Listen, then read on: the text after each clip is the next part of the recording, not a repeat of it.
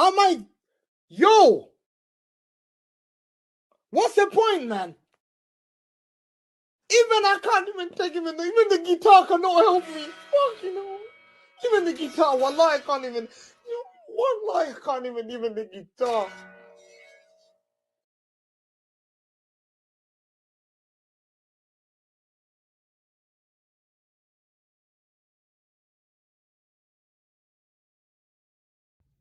We got Pep Linders. We got Pep Linders. He knows everything about Liverpool. We got Pep Linders. We got... Wins tackles! In front! Wonderful goal! It's a title winner! Perfect end to a perfect day. Manchester City 4, Manchester United 1. Oh, what a hedge! Oh, that's electrifying! Hat-trick hunting, trick getting. Still the appetite is there for more. Oh, it is sensational!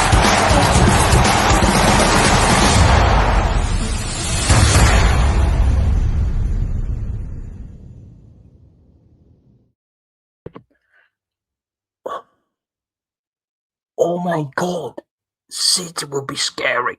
Oh my God, Tonali, Anderson, do advance it. Do me a favor. Do me a favor. Oh man. Big up everyone. Welcome back to True City Fan TV. Welcome back for another stream. We done a stream earlier. We were discussing about Rodri's press conference or radio interview, how this mainstream media has been manipulated a lot of fans, a lot of City fans, and twisting quotes, mixing up, and getting to your feelings. And now everyone in the fan base, well, half of the fan base, to be fair, are calling Rodri snake. He's a snake. He doesn't deserve us. Nico Gonzalez, the future. Rodri out. Yeah, good one then. Good one. So welcome back. I'm back into my penthouse. As you can see in the background, I've got my piano. I've got the couch there. I've got a couple of cans of Heineken. Nice and cold. And we're gonna do some transfer talks. Everyone loves transfer. Imagine how this transfer news only comes up when we lose a game, we draw a game, or when there's an international break. It's mad that. But anyway, we're gonna just follow the tray.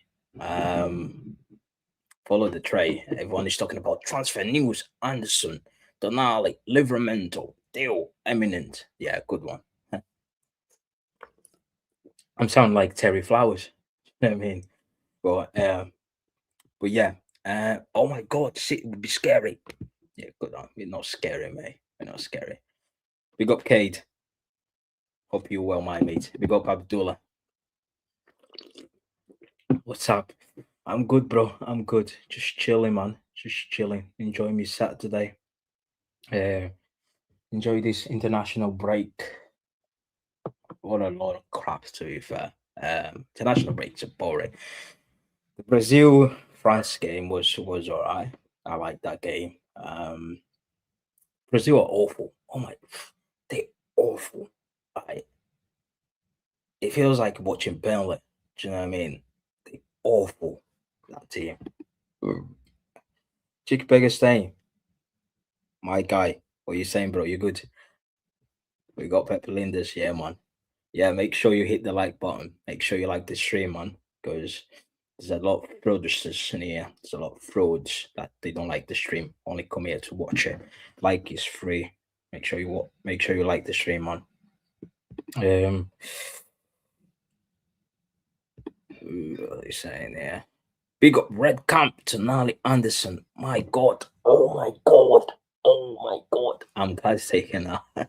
Roger can live to Real Madrid. I don't care. Roger's a snake. Red Camp said it.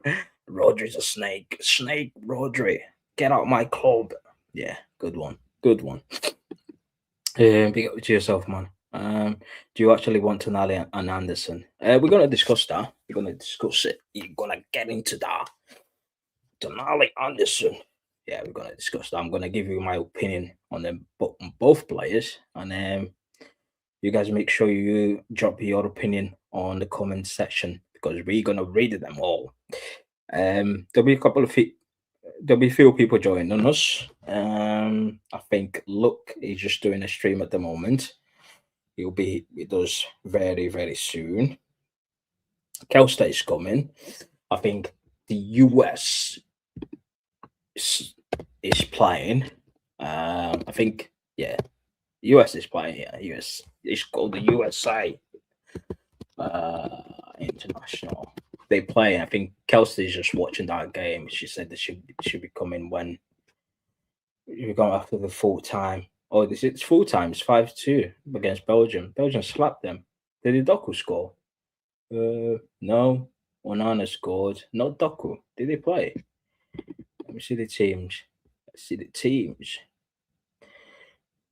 Yeah, Doku started. He got subbed off in the 70th minute. Did he assist at least? At least no assist as well.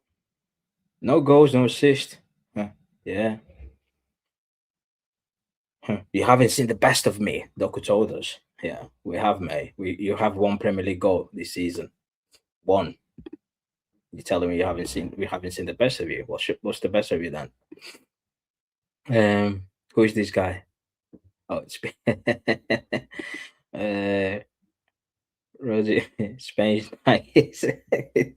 Bro, trust me, if Roger came out and just said, yeah. If Roger comes out, I know Roger doesn't have social media, but if he had it, yeah, imagine Roger just tweeting right now. Spain is nice. Imagine the meltdown that fan base just by tweeting Spain is nice. Mate. Big up Raymond. I'm good, brother. You good, yeah? I'm signing for Man City, by the way. Oh my god. Jacob Bergerstein is signing for Man City. Oh my god, Man City is gonna be dangerous. Look at the options in midfield, yeah. Breaking news.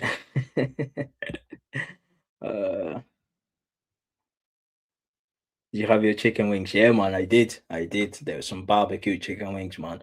Actually, there was like 2 packs of them, but yeah, I did. I had some chips as well. I made some rice with bacon for me tea. It was nice though. It was nice. Some rice, bacon, some carrots in there, and a beer, of course, and a beer. Yeah, man. Cade, you end up with Anderson, but I don't know who the other midfield will be. Well, is it Bailey Wayne that was going on about that? One sec. I think it was Bailey Wayne on X. Yeah, let's have a look. Is it him? No.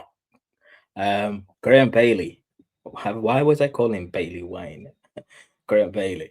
So basically, he said, we've got 190 million pounds to spend in midfield, to spend on them in midfield. How did they get that number? Can anyone ask? Does anyone know? How did they get the number 190 million pounds? Where did they get that from? These people are full of bullshit, mate. Do you know what I mean? They're all full of bullshit. I think people are overreacting. Also, why believe the media when most of the news is nonsense? Yeah, man. Yeah, I think we done a stream earlier where we've played a clip, and they've just twisted the whole thing. That's what the media does because they want to cause an argument. They want to cause a drama. So they've asked Rodri the question, right? So basically, they've asked already a question. Obviously, you're playing the Premier League right now. Would you think ever to going back to the Liga one day? He said, yeah, of course. I've always followed La Liga. I started in there. I don't follow as much as you used to right now, obviously, because I'm playing for Man City. But every now and then I do. And of course, yeah, one day I would like to go back there, to go back to La Liga, which is something normal. Yeah. So the media just Fabrizio and all the puppets. So they took right. I would like to go back to La Liga. Dot. Yeah. Actually, they say I would like to go back to Spain. Dot. And then the very following question was, there's been quite a lot of interest from Real Madrid, especially from Real Madrid, the president and the manager. They seem to like you quite a lot. Did you? And when you played, and they asked the following question was, when you played in against Real Madrid in the Champions League, the game just gone where we got battered. So some fans they asked, well, what do you make of the reception that you got? Obviously, some fans still likes you, and we would just say it was all right. Yeah, I know. They haven't spoken to me. Obviously, they might spoke to my agent, but I don't know. At this right now, at the moment, he said, at the moment, I'm really happy. I'm City. But yeah, so they never. So they put it that I would like to go back to Spain, and then they say that then he was asked, "Oh, what do you think of?" Obviously, you play for Atletico Madrid. Would you play for Real Madrid one day? Do you think that? No, actually, they say, do you think that might influence in your decision because you play for Atletico Madrid that you can't play for Real Madrid? It was like not so. I don't think so because there were many players that have played for both clubs and then without any such. And you mentioned Alvaro Morata in there, and so the mainstream media, right? Fabrizio took right. I want to go back to Spain, and no, just because I play for Atletico doesn't mean I won't play for Real Madrid. And they put that into one tweet, and everyone went wild. Oh my God, Rodri's leaving. Oh, do me a favor. Yeah, these people are scumbag. Stop listening to these people. They're puppets, and they're just trying to make a living. Which is, listen, fair enough. Everyone trying to make their own money, but they're all liars. They're all chatting nonsense. Yeah, and I'm gonna play the clip again. So everyone, big up Kel. We just IT Kelkster's in the building. Yeah, I'm gonna pull up this once. All right, let me just share the stream here. Where is that? So this is Rodri, yeah. I follow it. It's true that not as much. Right, where is that? Let's go back to the beginning. Would you like to play in Spain again, in Madrid, in the league? Right. Would you like to play? I would like to go back. Yes, obviously. For me. Would you like to play in Spain again, in La Liga and in Madrid? Yes, I would like to go back and to the Spanish league. So you say the Spanish league. Me, the Spanish league is where I started. I follow it. It's true that not as much as before, but I follow it. And well, I have to admit that for me, the Premier League is my weakness. So I would like to go back to the Spanish league. This is where I started. And I follow not as much as I used to. So what Fabrizio did, and all the journalists, all the puppets, like, I would like to go back to Spain. Boom, that. Forget about the rest. Yeah, it doesn't matter. Right. I think it's an exciting league, but at the same time, very demanding. Or it pushes you to the limit. Naro's it, and I've been there for 7 years now. And well, I'm also noticing the passage of time. Oh God! At the moment, I'm very happy there. See? Don't let this fraud in from the who is trying to enter the studio. Don't let that guy in. All right. Right. So at the moment, I'm very happy where I am. He said, at the moment, I'm very happy, man. Say, none of these journalists, they don't care. Oh my God. He just say, I want to go back to Spain. Let's put that out. Add another bit in there and bang, let's sell it. They never mentioned he said that he's happy at the club. These people he disappeared. Adam is a fraud. Short, medium, long term. be honest, and this isn't to make fun of the question. We're Coming gonna off bring an Adam injury later. process where right Adam, now stay what there worries me is my backstage. feelings, my level, how to get back to my level, right? Right.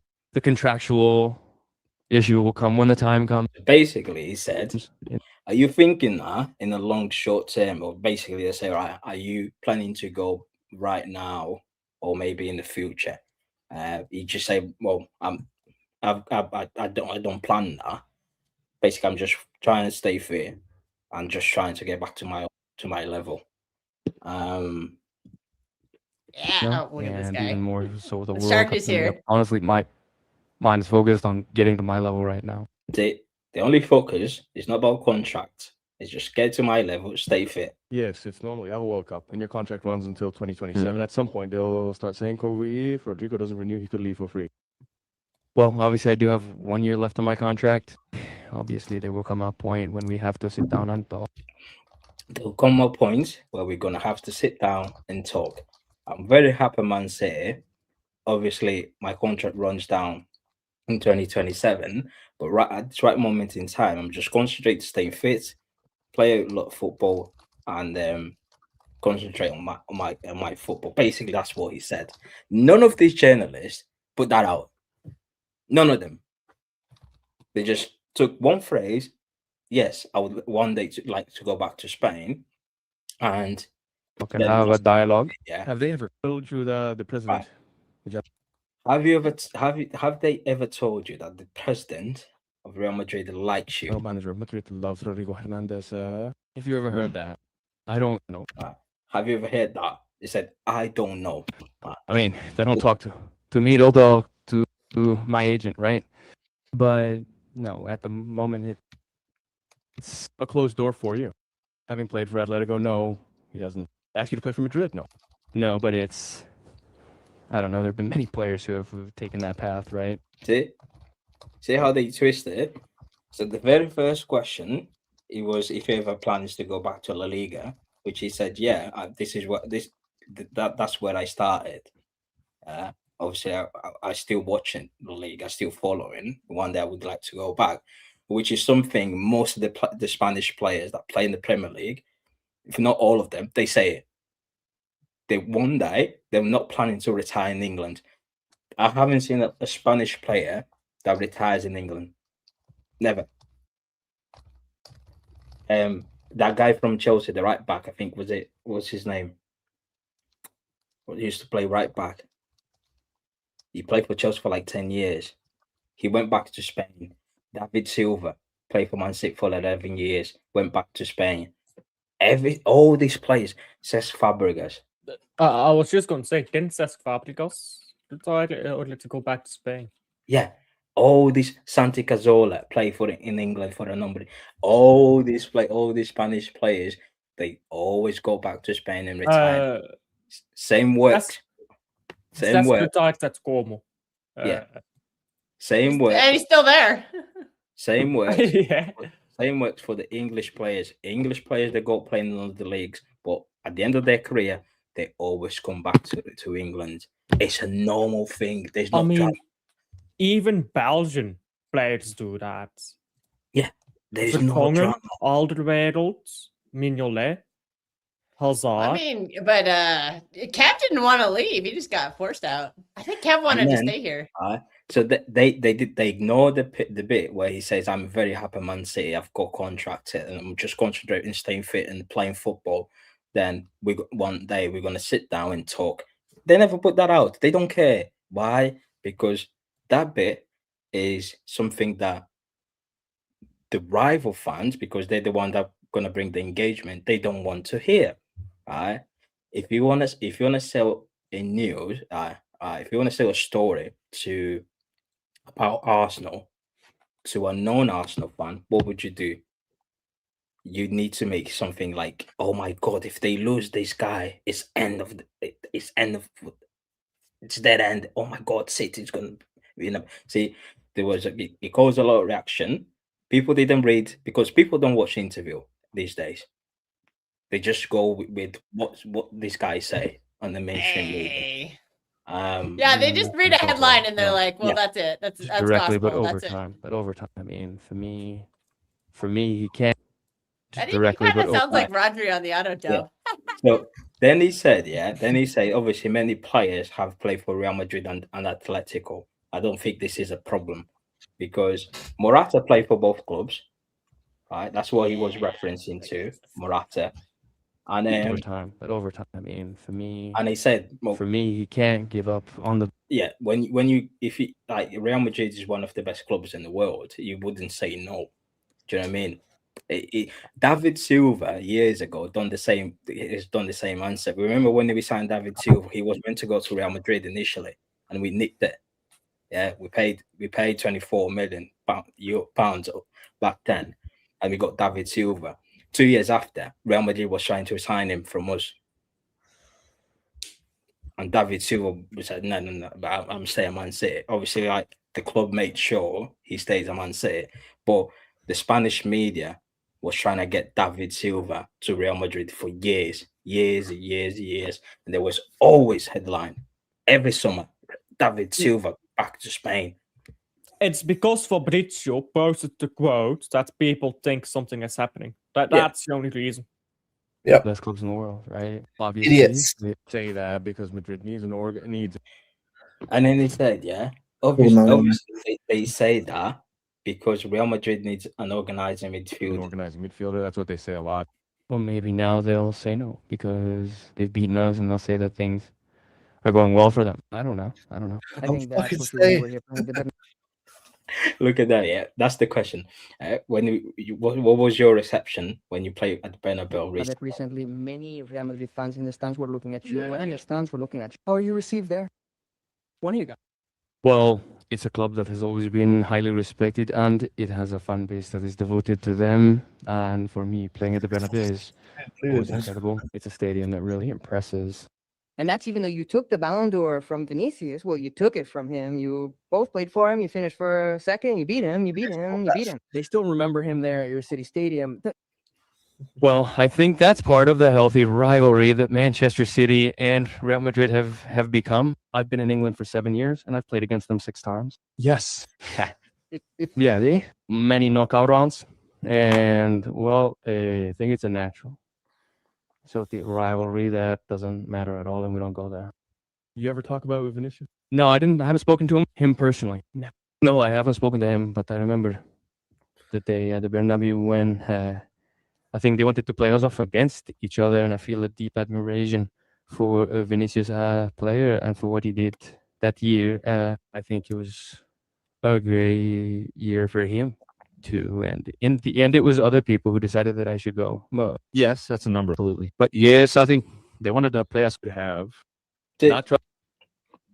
all of that, yeah. So they took the first the first paragraph where he said, "Yes, I would like to go back to Spain one day," and then they took another paragraph from the third question or the fourth one, where they said, "Yeah, obviously they're players that play for Real Madrid and Atletico, like Alvaro Morata. I don't see they don't see any problem with that." And they put all together. Oh my God, Rodri, Real Madrid, it's happening. Do me a favor, stop listening to these people. They're scumbags, all of them. Yeah, it's all a facade. They're just trying to sell it. The new. It's PR. Yeah. Bro. You know it's transfer window, though. Or sorry, Yeah, you know it's international break when you see this news come up. Mhm. Yeah. No Haaland news yet. No Haaland clickbait news yet. Over there.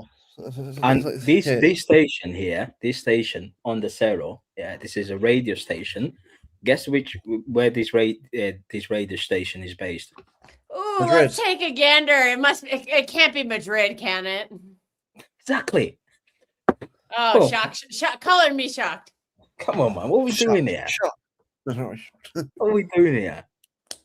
That is scandalous. Stop with this crap. Oh my God, Man City would be scary again. By the way, I got a new key hanger. By the way. Oh man. A See, Pokeball? Yeah, it's a Pokeball. It's hard to see with your background. It faded into the yeah. background. Let me remove that background. He's just rubbing salt in the wound. I've been Wood, scrolling. wood, would they hate that wood? I don't know the rest of the lyrics. Hennessy, Big up, what he's doing there. big up, Alfie. Wait, big what up. is this? What this sounds like an American trade. I'm not gonna lie. City may offer 4 players to Newcastle. That's something Ooh. Americans do. Because Because in America, you don't buy and sell players. You make trades. And Right, so right. a lot of You times there could be it fucking lights up. Yeah. Who are we Mr. offering? Rico Lewis. Yeah, Rico, Yeah, it fuck says, off. You fuck off. You It fuck off. says You fuck Trapper, Jumaba, Issa Kabore, and Rico Lewis. I also Rico got a side Lewis is shot. the tipping one on that one. He's driving his car. All 4 of them in the boot. Right, Newcastle. Here you go. Take all 4 of them. We'll have him. Well, to be fair, Sports Bible always reliable. I mean, Issa that's a Kabore, great bro. source of data. Issa there. Kabore. Yeah, you honestly think they're getting Issa Kabore? That sounds He's like a going to punishment. Rex them, mate. He's going Right. to Rex them permanently. Issa Kabore contract is ending this summer. How are you going to trade someone who's not got a contract with you? He's going to Wrexham anyway. Yeah. Permanent. Well, we all know that Sports Bible. They're doing some diligent research there. He's the same guy that he's one of my tweets for news. Cool, mate. Yeah. The source from that is trust me, bro. Right. Basically. Let's get into this, right? Let's get into this. Transfer news. Oh my god, Man City is gonna look scary. Oh, it's happening. Advancing deals. Every time I scroll into YouTube, yeah, the amount of clickbait these YouTubers they do is incredible. I forgot to put Fabrizio in the thumbnail. yeah. Oldstein. Oh, David Honesty. Do you know what I Hey, mean? bro, it's time of the month. Need money. Come on, man. You know, I was like, you know what? I'm gonna do the same. Oh my god, Rent is City would due. be scary. Rent is due. Get that. Bro. I need anyway. those 10 pence from YouTube. Yeah. Anyway, let's dive into this. Right. There's been quite a lot of rumors surrounding Tonali and Anderson, which has been going on for quite a while. I believe there is a genuine interest in both players from us. What you guys what's your thoughts on that? Let's start with Alfie. Tonali. I might be the only one, but I've been saying this for a while. I would rather have Gibbs White or Tielemans over Tonali. Not because he's a bad player. I just think Tonali is not. I don't think he's that great either. I think he's a bit overrated, to be honest. I like him. I won't be upset if we got him. I just don't think he's that great, to be honest. Do you agree with that, Kel? I like Tonali. I think he's very underrated. A lot of people say he's overrated. I think he's underrated, but I think he's more of an 8. I don't think he's much of a 6. We've got opposing views here. Yeah. But according to the journalist, he's been quoted to be £100 million player. Well, actually, according to Twitter, always accurate Twitter, for Manchester United accounts, Manchester United have already started making a move on him. He's flirting. Yeah, so Let's wait in the deal, perusing the market. They're flirting. We're back. Keep tabs on the player. Bro, the same club, by the way, they have £2 billion in debt. You're flirting, all right? Yeah, flirting relegation, more like. Yeah. That's what you're doing. Let's call it rumor and innuendo on Twitter. Chicken Burger from Manchester United accounts. We have that's a great adding to the list. Stalking. Keep tabs on the player. Yeah. Analyzing the deal, perusing the market. We I think you need that Lee Gutter clip, bro. Yeah, interesting. Searching the market, bro. It's the same thing, right? It feels like, all right. David Donstein put that. Right, I'm gonna change that phrase into a synonym. Right? Okay, let me change that. It's the same, brother. It's like that thing. Aubameyang to City in advanced talks. Yeah, what advanced talks are they? We're not getting 100 million for Rodri. Do you know what I mean? We'd probably get um, 20 or 30 million for Rodri because Watch he's Arsenal 30, he's bottle gonna the be 30 title. and he's coming off an ACL. So Watch Arsenal bottle the title and Rodri sign an extension, and everyone thinks he's the best Oh. ever. All we again. will be there. Absolute cinema. We will be But, there. but, that is if Rodri signs an One day in the extension, Arsenal all fan base. PR is back. He's the greatest of all time. Yada yada. Better than Busquets. All that. Right. If he wins the World Cup, we're gonna. But they're gonna We'll forget. have conversations. But they forget that they already calling Roger Snake. Oh yeah, the rat and all that. Not me, though. Some of the Not pictures. me. Dude, some of the He's not backtracking Snake. on Twitter. Oh Lord. Whoever Did you see- posted that picture about that scumbag who used to play for Arsenal saying thank you for doing that to Rodri?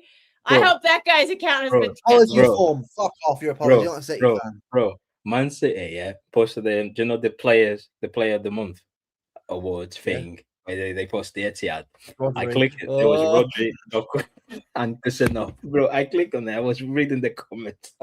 Oh. This fan base, by the way. Well, we already know Husenas winning that anyway because the entire nation of Uzbekistan is going to vote for him.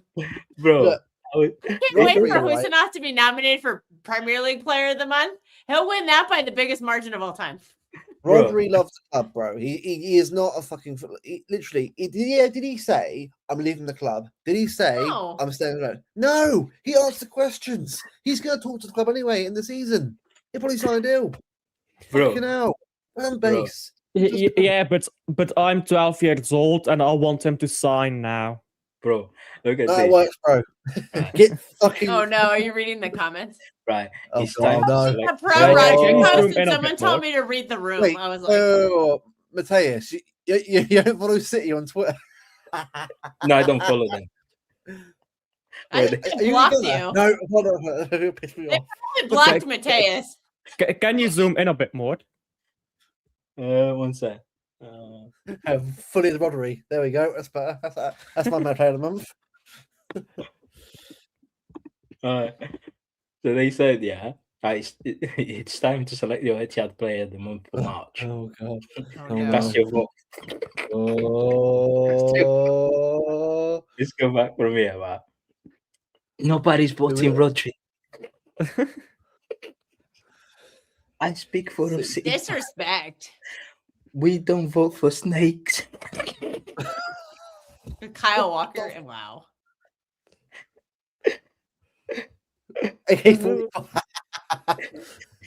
I can't believe this is I just beg you stop Oh, posting that straight. this speed clip, for God's sake. A real City fan don't vote for that ungrateful player. He's not even a bloody City fan. He's a bloody Barcelona fan. Look at this one fixed. For God's sake. Oh my god, this fucking bro, this fan base, right, is the most reactionary fan base of all the fans on Twitter. Sorry, they are. Now we are just Arsenal fan base, but with a successful club. That's Yeah. what we are. Yep. Bro, City fans. We have standards, so you know you're fucking idiots. Bro, I was like, are these people going mad? No. yes. The answer is yes. They are definitely going mad. Bro, honestly. Some of the slander on there was too much. I posted some pro Rodri stuff that day, and I got ripped apart. Someone called me. Someone like, told oh, me to read the room Yeah, because I was like, I don't want to hear Today, slander. too. They said read the room. I was like, You fuck got off. ripped apart today too. Bro, do they think, that Rodri's gonna retire Man City? I don't think he will. But look, he will probably be here. I'll put it now. He'll sign a new contract. He'll be here for I reckon another 2 or 3 years, and then he'll leave back to Spain at 33. I think he's gonna just stay here for another 2 years, then go back to Spain. Yeah, that's fine. No, Yeah. I'm fine with that. I'm fine with that personally. Yeah, you fraud. Of course you. Yeah, and what I'm going to do on my Fine. Saturday, last day, salute saying my Ballon d'Or winner. Bro, even One if more win. even if he goes next season on the free, I'm cool with that. Bro, Yeah. imagine one last dance for our Champions League. Worth one more in Madrid. Imagine that in Madrid. Oh God. People They'll probably Trophy still boo him. I don't think there's any Champions League in Madrid in the next 5 Bro, years. people need to understand football career is short. They last like 15 years max. Yeah, He's been Yeah, bro, 15, he's 20 years, yeah. been there 7 years, mate. Bro, He's been there they're 7 not years of gonna his career. they're not gonna spend 15, 20 years in a in England, especially those who are like from other countries. They're not. He's been Yeah. there 7 years, mate. He's been there 7 years, mate. That's a long time, man. I mean, He's been there 7 yes, years. yeah. If you're from Manchester, like Phil Foden, he might spend his entire career at Man City. Why not? He's a local lad and all that. But Rodri's from Oh, Madrid. Bro, we Lungs. can go one day. Get in Yeah, Adam's lungs. Relax. bro, one day, yeah, we can go living abroad. Yeah, let's say they can go like fucking Australia, Sweden. We Yeah. can stay there for a number of years, but we will never stay there forever. One day or another, we'll come back to our country. Yeah, probably. Simple as that, bro. There's not a lot of people who are happy to just leave their country for the good. That's not a lot of people like that. Not all the people like that, Oh, especially I would like to be that way, but I am having trouble. especially people with securing money. the bag. These footballers, they've got loads of money, man. They don't have to stay in England. No. Bro, Yeah. Rodri's been there for 7 years. I mean, he went from Plodri to Ballon d'Or Rodri in 3 years. It's windy every fucking day. Did you see the wind? It's been the last 2 days. It's fucking wind every day. Why would they stay here? Do you know what I mean? Yeah. Bro, Rodri has been, bro, I'm sorry, right? You're not the club. Bro, do you see him at the Carabao Cup win? Do you see how buzzing he was with the fans and that? This guy loves the club as much as we all do. He is giving it everything for this club. Everything. Even Madrid last week, by the way. We lost 2-1, but it's brilliant. Second half, he really went for it. Anderson, I didn't get your opinion on Tonali. What do you reckon, Tonali? Would you rather go for him or would you rather go for someone else? Because he's been reported that he's going to cost 100 million. It won't be that much money. It won't. He's under contract until 2029 or 2020. Yeah, 2029. But knowing Viana, he'll find a way around that. I know he will. But if it is him, I will be for it. Obviously, let's say Conver's going out the door and Banana's out the door. That's 2 players out the door. That's midfielder's gone. Nico G, we're not sure on yet. We'll see what happens there. If Tonali's a player to replace Bernardo, I'm fine with it. Yeah, I think he's because what it is, right? At Newcastle, also AC Milan as well. He has European pedigree as well. AC Milan as well. He's done it. He's played in the Champions League. He's a good player. Like I watched his goal for Italy where he scored that for us. Imagine Rodri together in midfield. Anderson, I'd love to watch that. Just physical dominance and that kind of stuff. More for that. I am very go on. Sorry, go on. I just look. At the end of the day, right? I think all sorts of good players to summer anyway. I think we will. I think the club know what they've got to do to get players out and play. I think more players will go out the door than come in summer. I think it's more of that. So, but if it is him, I'm for it and I'll back him. I don't know everyone here. So I'm just living room. Nah, listen, I am very keen on getting Tonali. I think he is going to be a very, very good player. I think he's a very good player, and I think he deserves to play for a bigger club. Not him and Rodri, by the way. No disrespect to Newcastle. Yeah, Donnarumma as well, Italian player there. Yeah, so he has someone there. So we can't get too many Italians here. No, mate. I wouldn't mind spending 85 million Tonali, but I would not buy Anderson. I'm not a big fan of Anderson, and I don't think he will make any difference in our team. The simple fact slightly is, misprofiled. The simple fact is, Anderson is a defensive-minded midfielder, and as if Pep is going to stay here, he already told us that he's not playing 2 defensive-minded midfielders. That's just a fact. Yeah, because if he wanted to do that, he would have done years ago, or even last season, going back to Kovacic and Nico G. But he played Kovacic and Rodri together. I know Rodri played more than 8 times. They played 1 or 2 games. They didn't play for the whole season, because when we signed Kovacic, I remember that season, right? he played Kovacic and Rodri in one game. I think that was Chelsea away and KDB. Yeah. And he played another game. But majority of that season, especially in the first half of the season, he played Rodri in a lone six alongside Alvarez and Foden. When KDB came back, it was Rodri, KDB, Foden. Yeah, and they were changed. Sometimes they would play Kovacic, but he was never played that partnership consistently. Right. Even when Rodri went out injured, we got Nico Gonzalez that second half of the season. We played Kovacic and Nico Gonzalez against Tottenham away when we won 1-0. And I think that was the only game. He never seems to, it was either Nico Gonzalez in there alongside Gundo and Bernardo or KDB, or was Kovacic, Gundo, KDB, Bernardo, whatever, all of them, right? So Yeah. Anderson, what people praises Anderson is his defensive attributes, like defensive stats. Look at these.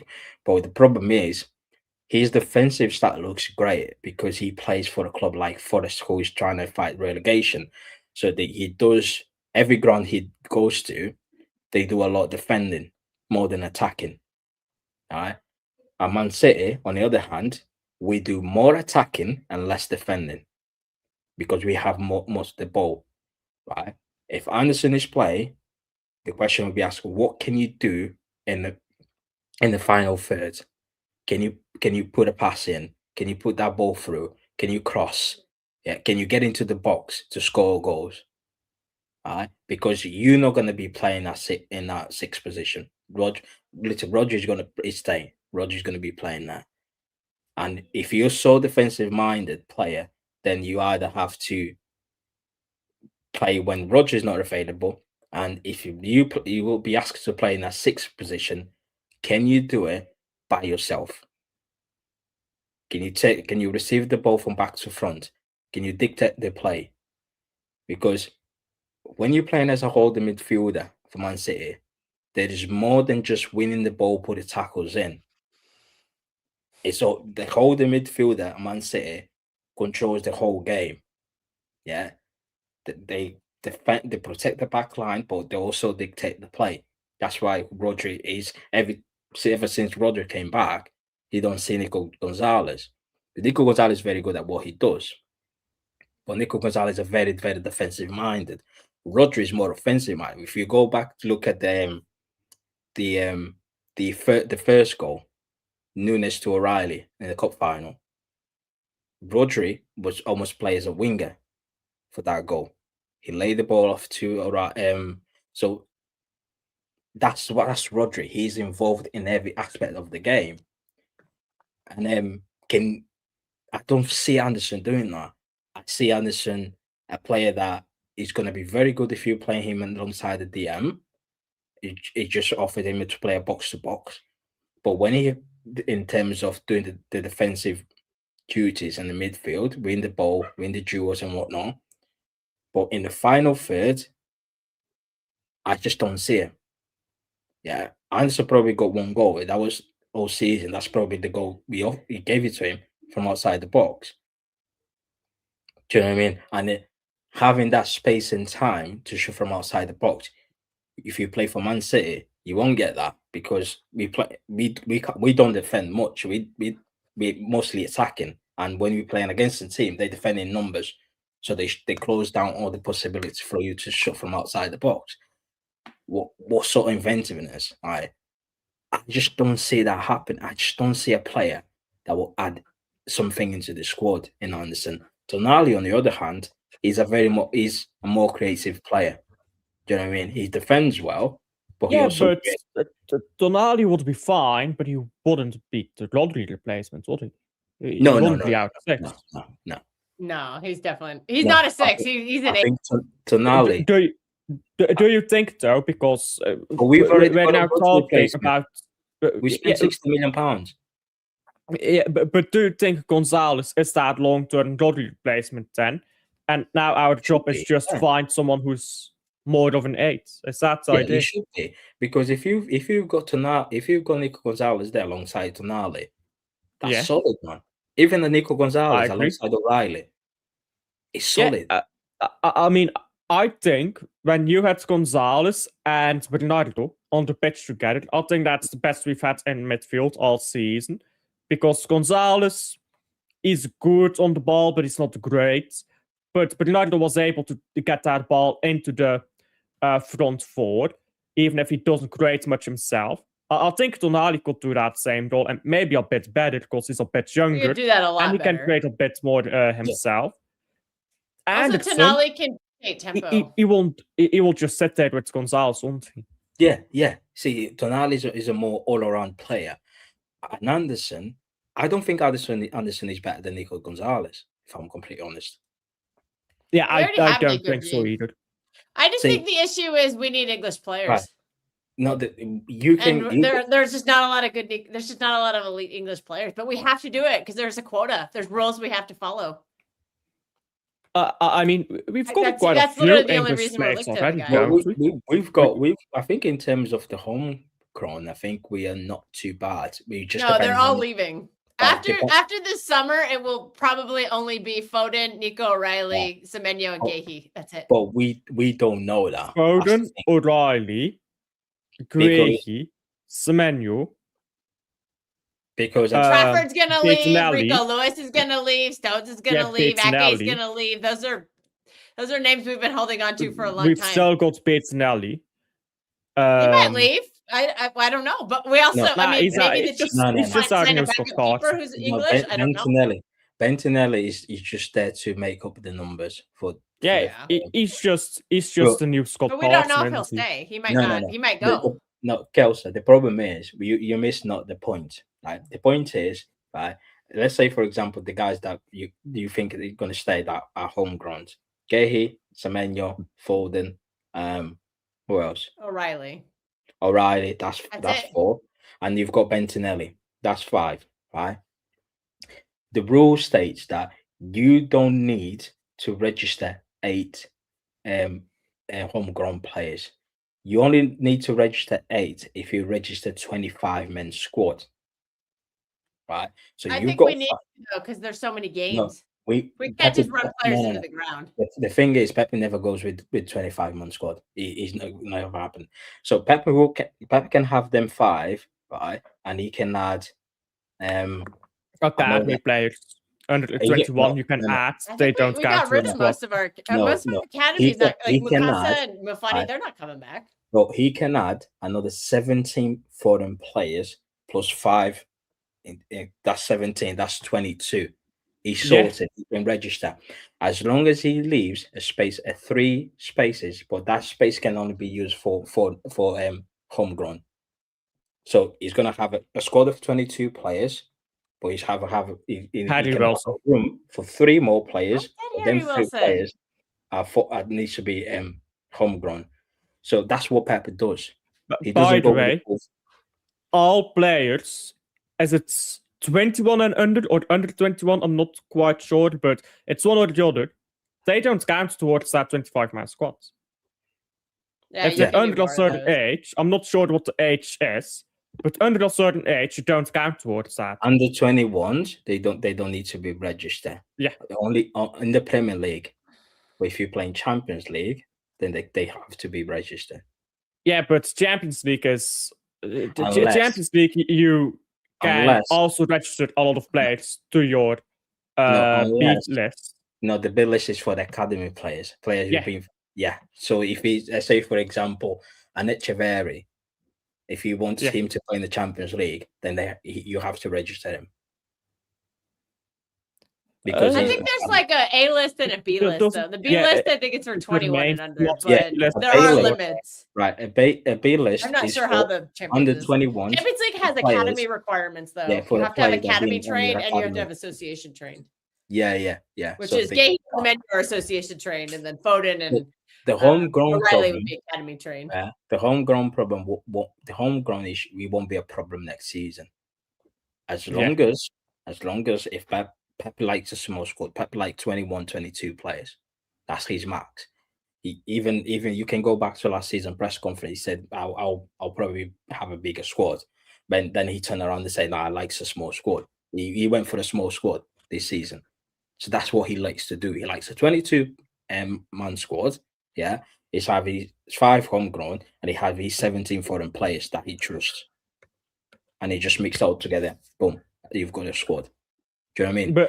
But even then, I would still say we need 2 new midfielders. So. No, we need midfielders, yeah, definitely. Yeah. Because so I wouldn't be surprised if one of them happens to be homegrown. It doesn't have to be Anderson for me. Like Gibbs White, it's not happening, but like just an example. So there's other homegrown midfielders out there. It doesn't have to be Anderson. If you let him go Bernardo and Kovacic, then you need a replacement.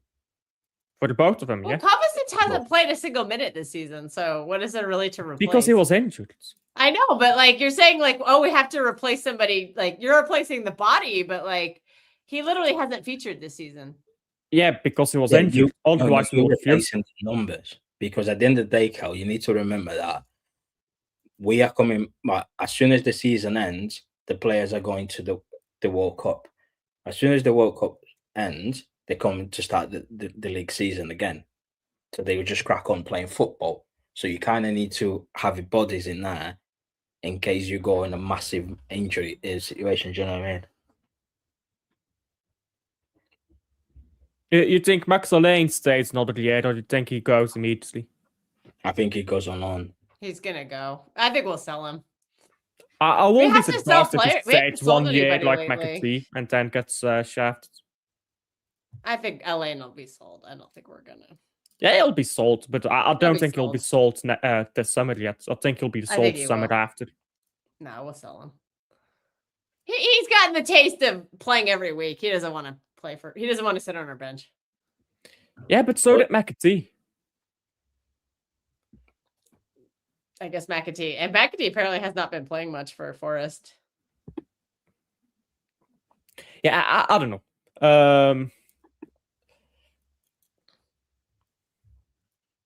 Hey, Cadinho's in the building. What's up, Cadinho? Yeah, I can't imagine. I can't imagine Madrid would pay money for Rodri. Cadinho is absolutely spot on. If somebody's over 30, they're gonna just say run your contract down. Especially if there's only 1 year remaining. They don't seem to pay any money for any player these days, because look at Konate, for example. They wait until he runs down his contract and they get it. Trent Alexander-Arnold, they done that the same. Even Mbappe. It was like, yeah, let's wait until he runs down his deal. You're gonna be when you're the big, you're the big. They did it with Rudiger. They did it. I think they did it with Alaba. Yeah. I could be wrong on that. But also, they've spent quite a bit of money. Real Madrid have spent a lot of money lately, and they don't sell very well. So they probably, I don't think they would really pay money for him.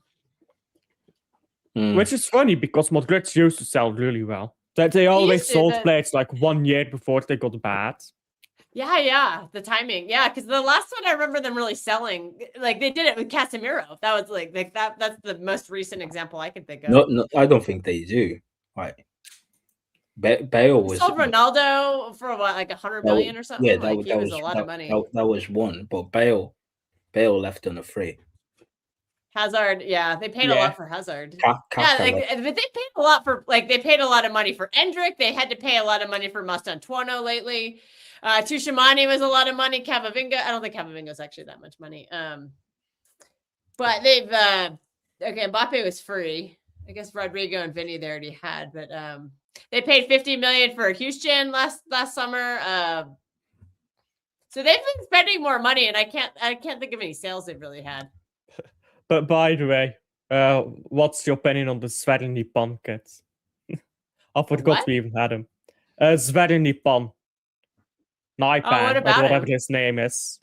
Oh, the Norwegian guy? Yeah, he's gonna have to go out on loan. I don't think he's gonna. Yeah, what's he gonna do? Sit on our bench and not develop? Nah, we're gonna sell him. I think. I don't see that really going anywhere. Because I see people trying to make him homegrown. His name, they could have just sent him to Girona to play because he would have been guaranteed to play. But I think they want him to be homegrown because he was young enough when he came over to Norway or from Norway. Is he? I don't know how old He this just guy got under is. the threshold, and so that's why they sent him to an English club. They sent him to Middlesbrough, and then the manager who was going to play him got sacked like after 2 or 3 games. Now he's playing for our academy. I mean, I doubt that's what he wants to be doing, but it's hard. It's hard when you don't own the club. You can't force someone to be played. When you send him out on loan, you can't force him to be played. You can put it in the contracts. No. I guess we didn't. I mean, a lot of clubs just don't accept contracts like that. It used to be pretty common, I feel like, but I think clubs just don't do that anymore. Probably not.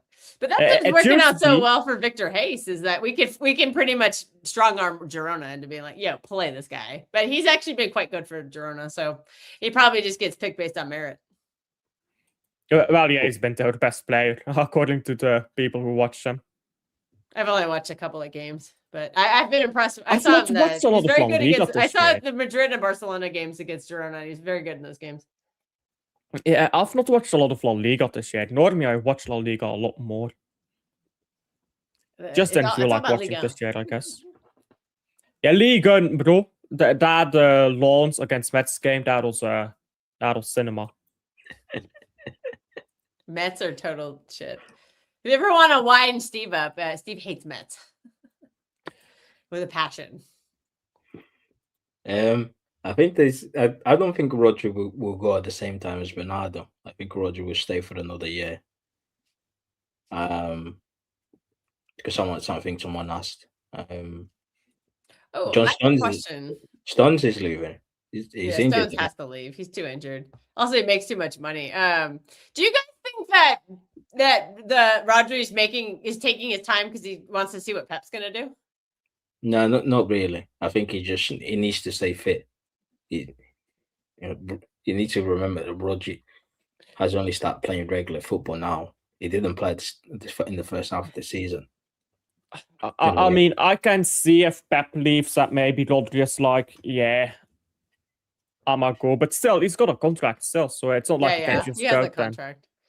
Yeah, exactly. Do you know what I mean? It's not like he can still ask to be sold, but if he doesn't bring in the fee that we're looking for, we're not obligated to sell him. Yeah, exactly. Do you remember what happened to Ederson after the treble? The Saudi came, but they were not offering the right amount of money, so you're on the contract, you're staying. It's just simple. Tough luck, bro.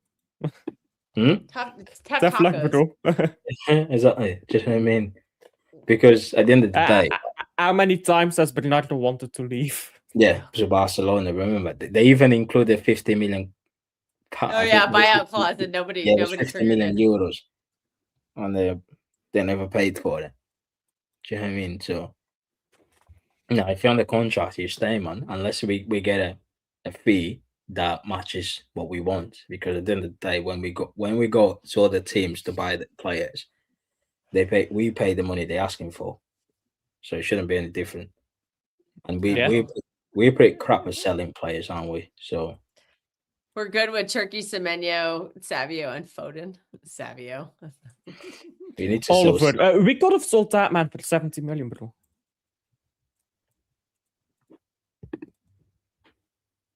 He probably sold Kel.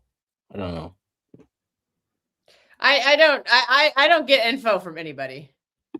No, so quit. The IT Cal is not just a in joke. the know. Cal is not in the know. I am Jon Snow. I know nothing. You know nothing, Jon Snow. That's me. You said Roger is leaving because of his girlfriend who's a nurse. I never said that. Someone in the chat earlier on said that. Someone in the chat did. Said Roger will stay and leave on a free next summer. Yeah, that's what I think that he'll do. Yeah, there was some right crap on the internet saying that Rodri didn't deserve the Ballon d'Or and he's a snake, he's a traitor. Somebody was glad that he got injured. Like, there's just been some absolute crap on Twitter. It's been so bad. And then I was posting pro Rodri stuff and people were giving me shit. I was like, what? Fuck off. Yeah, they want Nico Gonzalez and all. I am happy to see some Nico G praise, but again, why haven't we seen Nico G and Rodri? My God. That fixes so many problems on our team. Because Rodri's probably better as an 8 at this point in his career. Yeah, Nico G has shown he can do the defensive work. He can plug the holes that have been wide open for the past 18 months.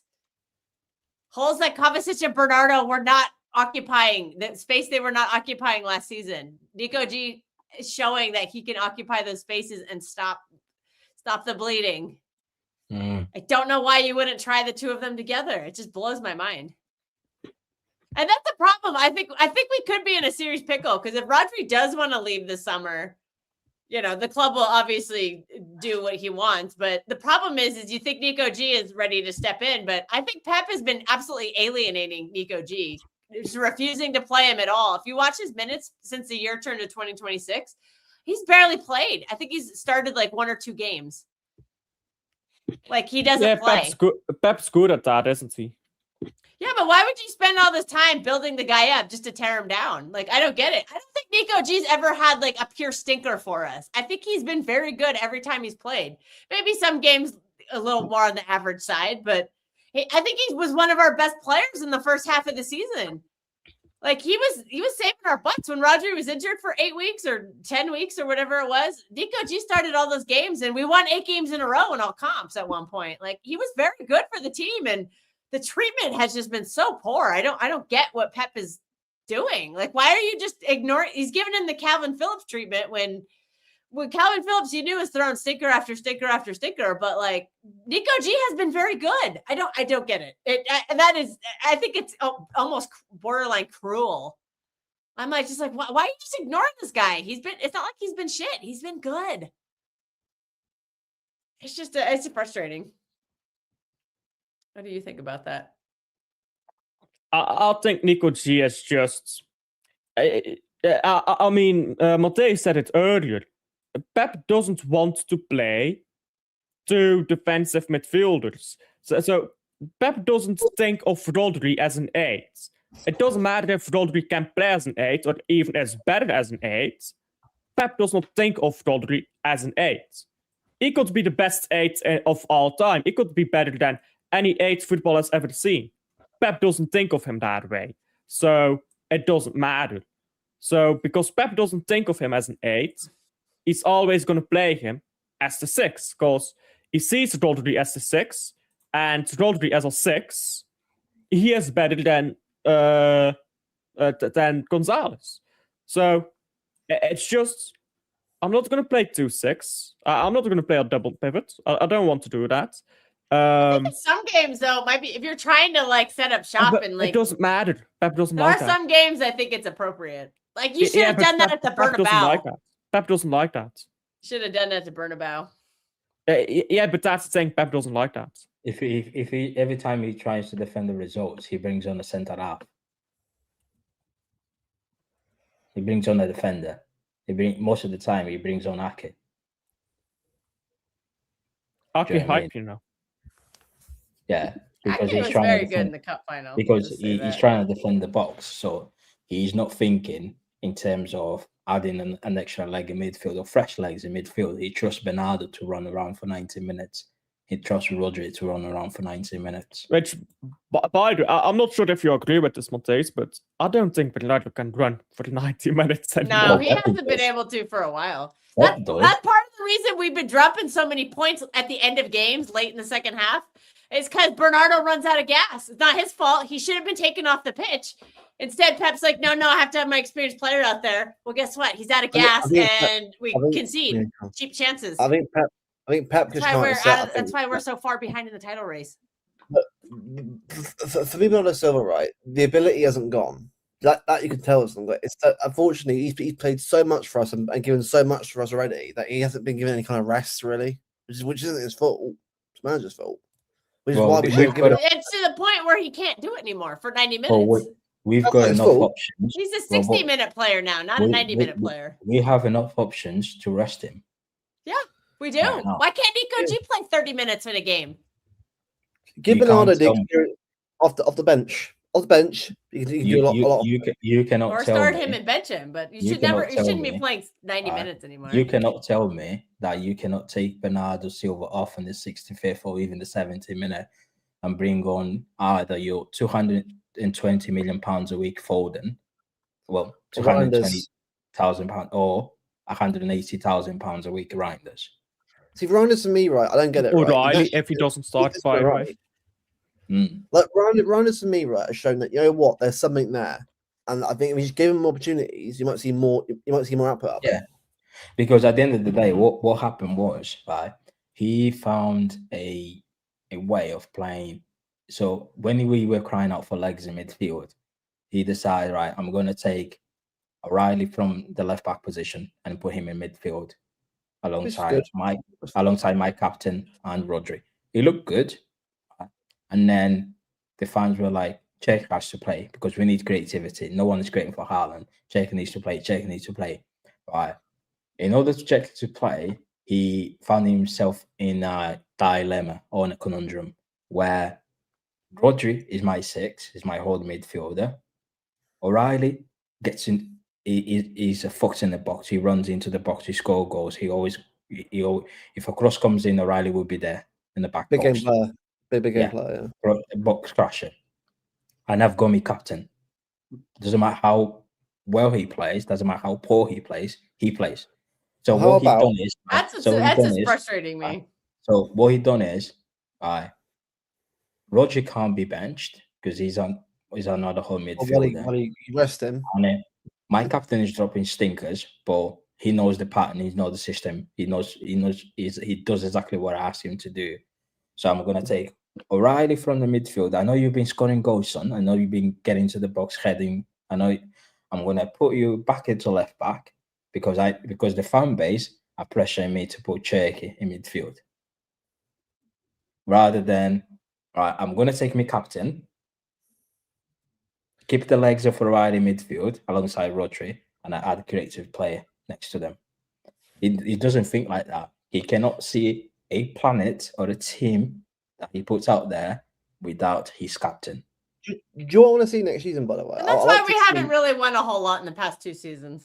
I'd like to see, right, a Donnarumma, right back, we'll see what happens, but Nunes right now, Vardy, Gahey, and Nori backline. See how that would work. Because look, I know Diaz, but I want to see how the Gahey and Vardy would work together. I've actually quite good, actually. No, that back line, it won't happen because. But in my world, it's my world. It's my world. It's my world. And I'm explaining to you why. And it's because of Diaz.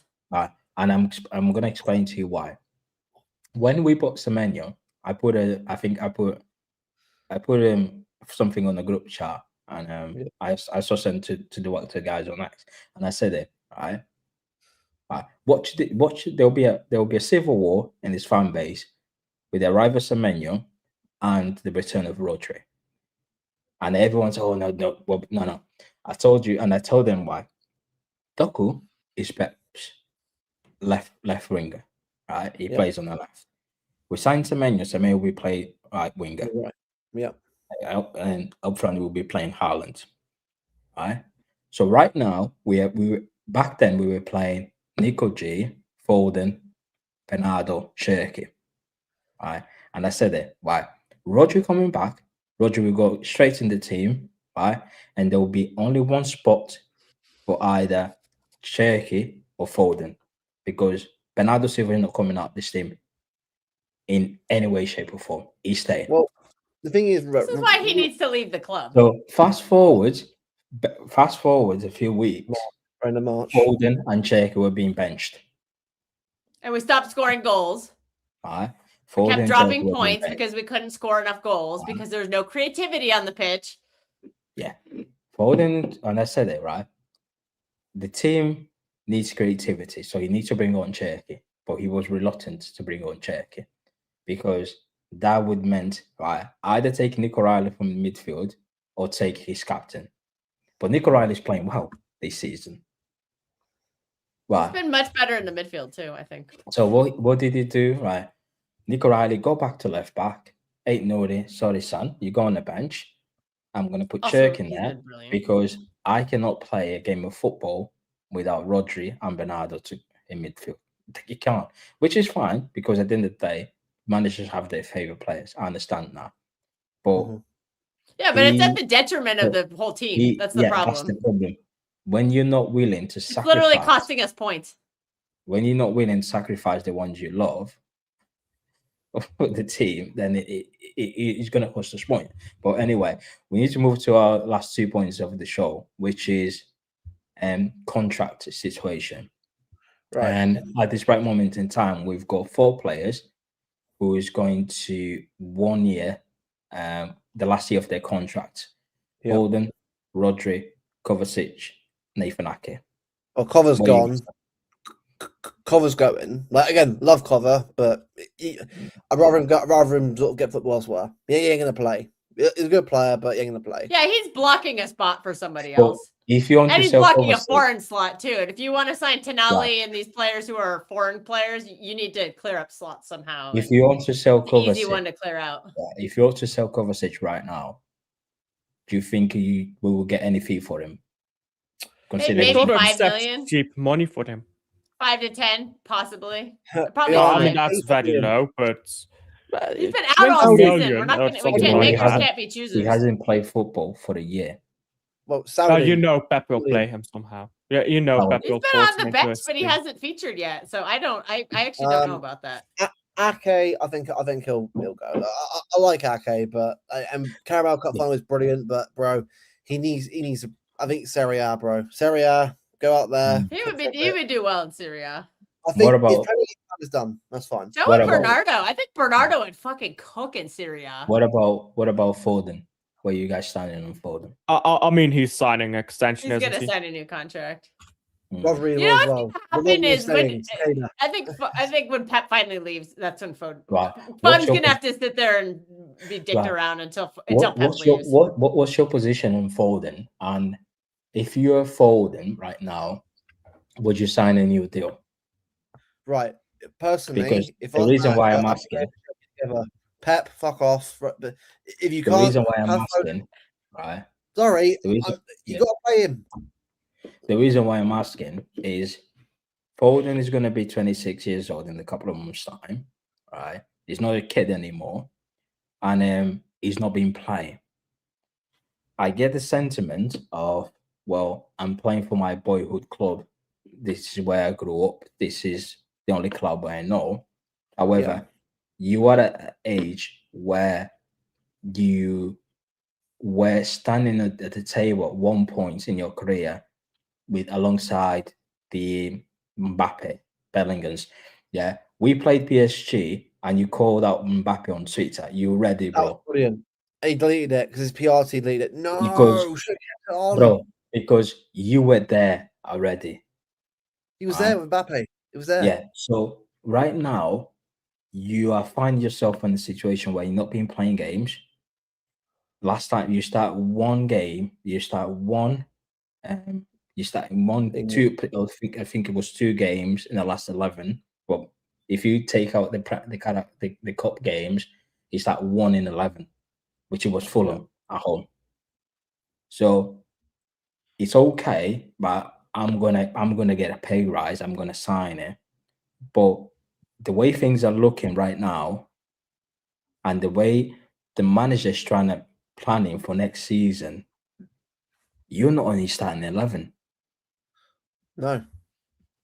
No, he's not. Again, why is the you manager was playing him earlier in the season when we played in a system that was working. If And you're Foden not was only starting cooking, 11, Turkey was cooking, Holland was cooking, Doku was throwing balls everywhere.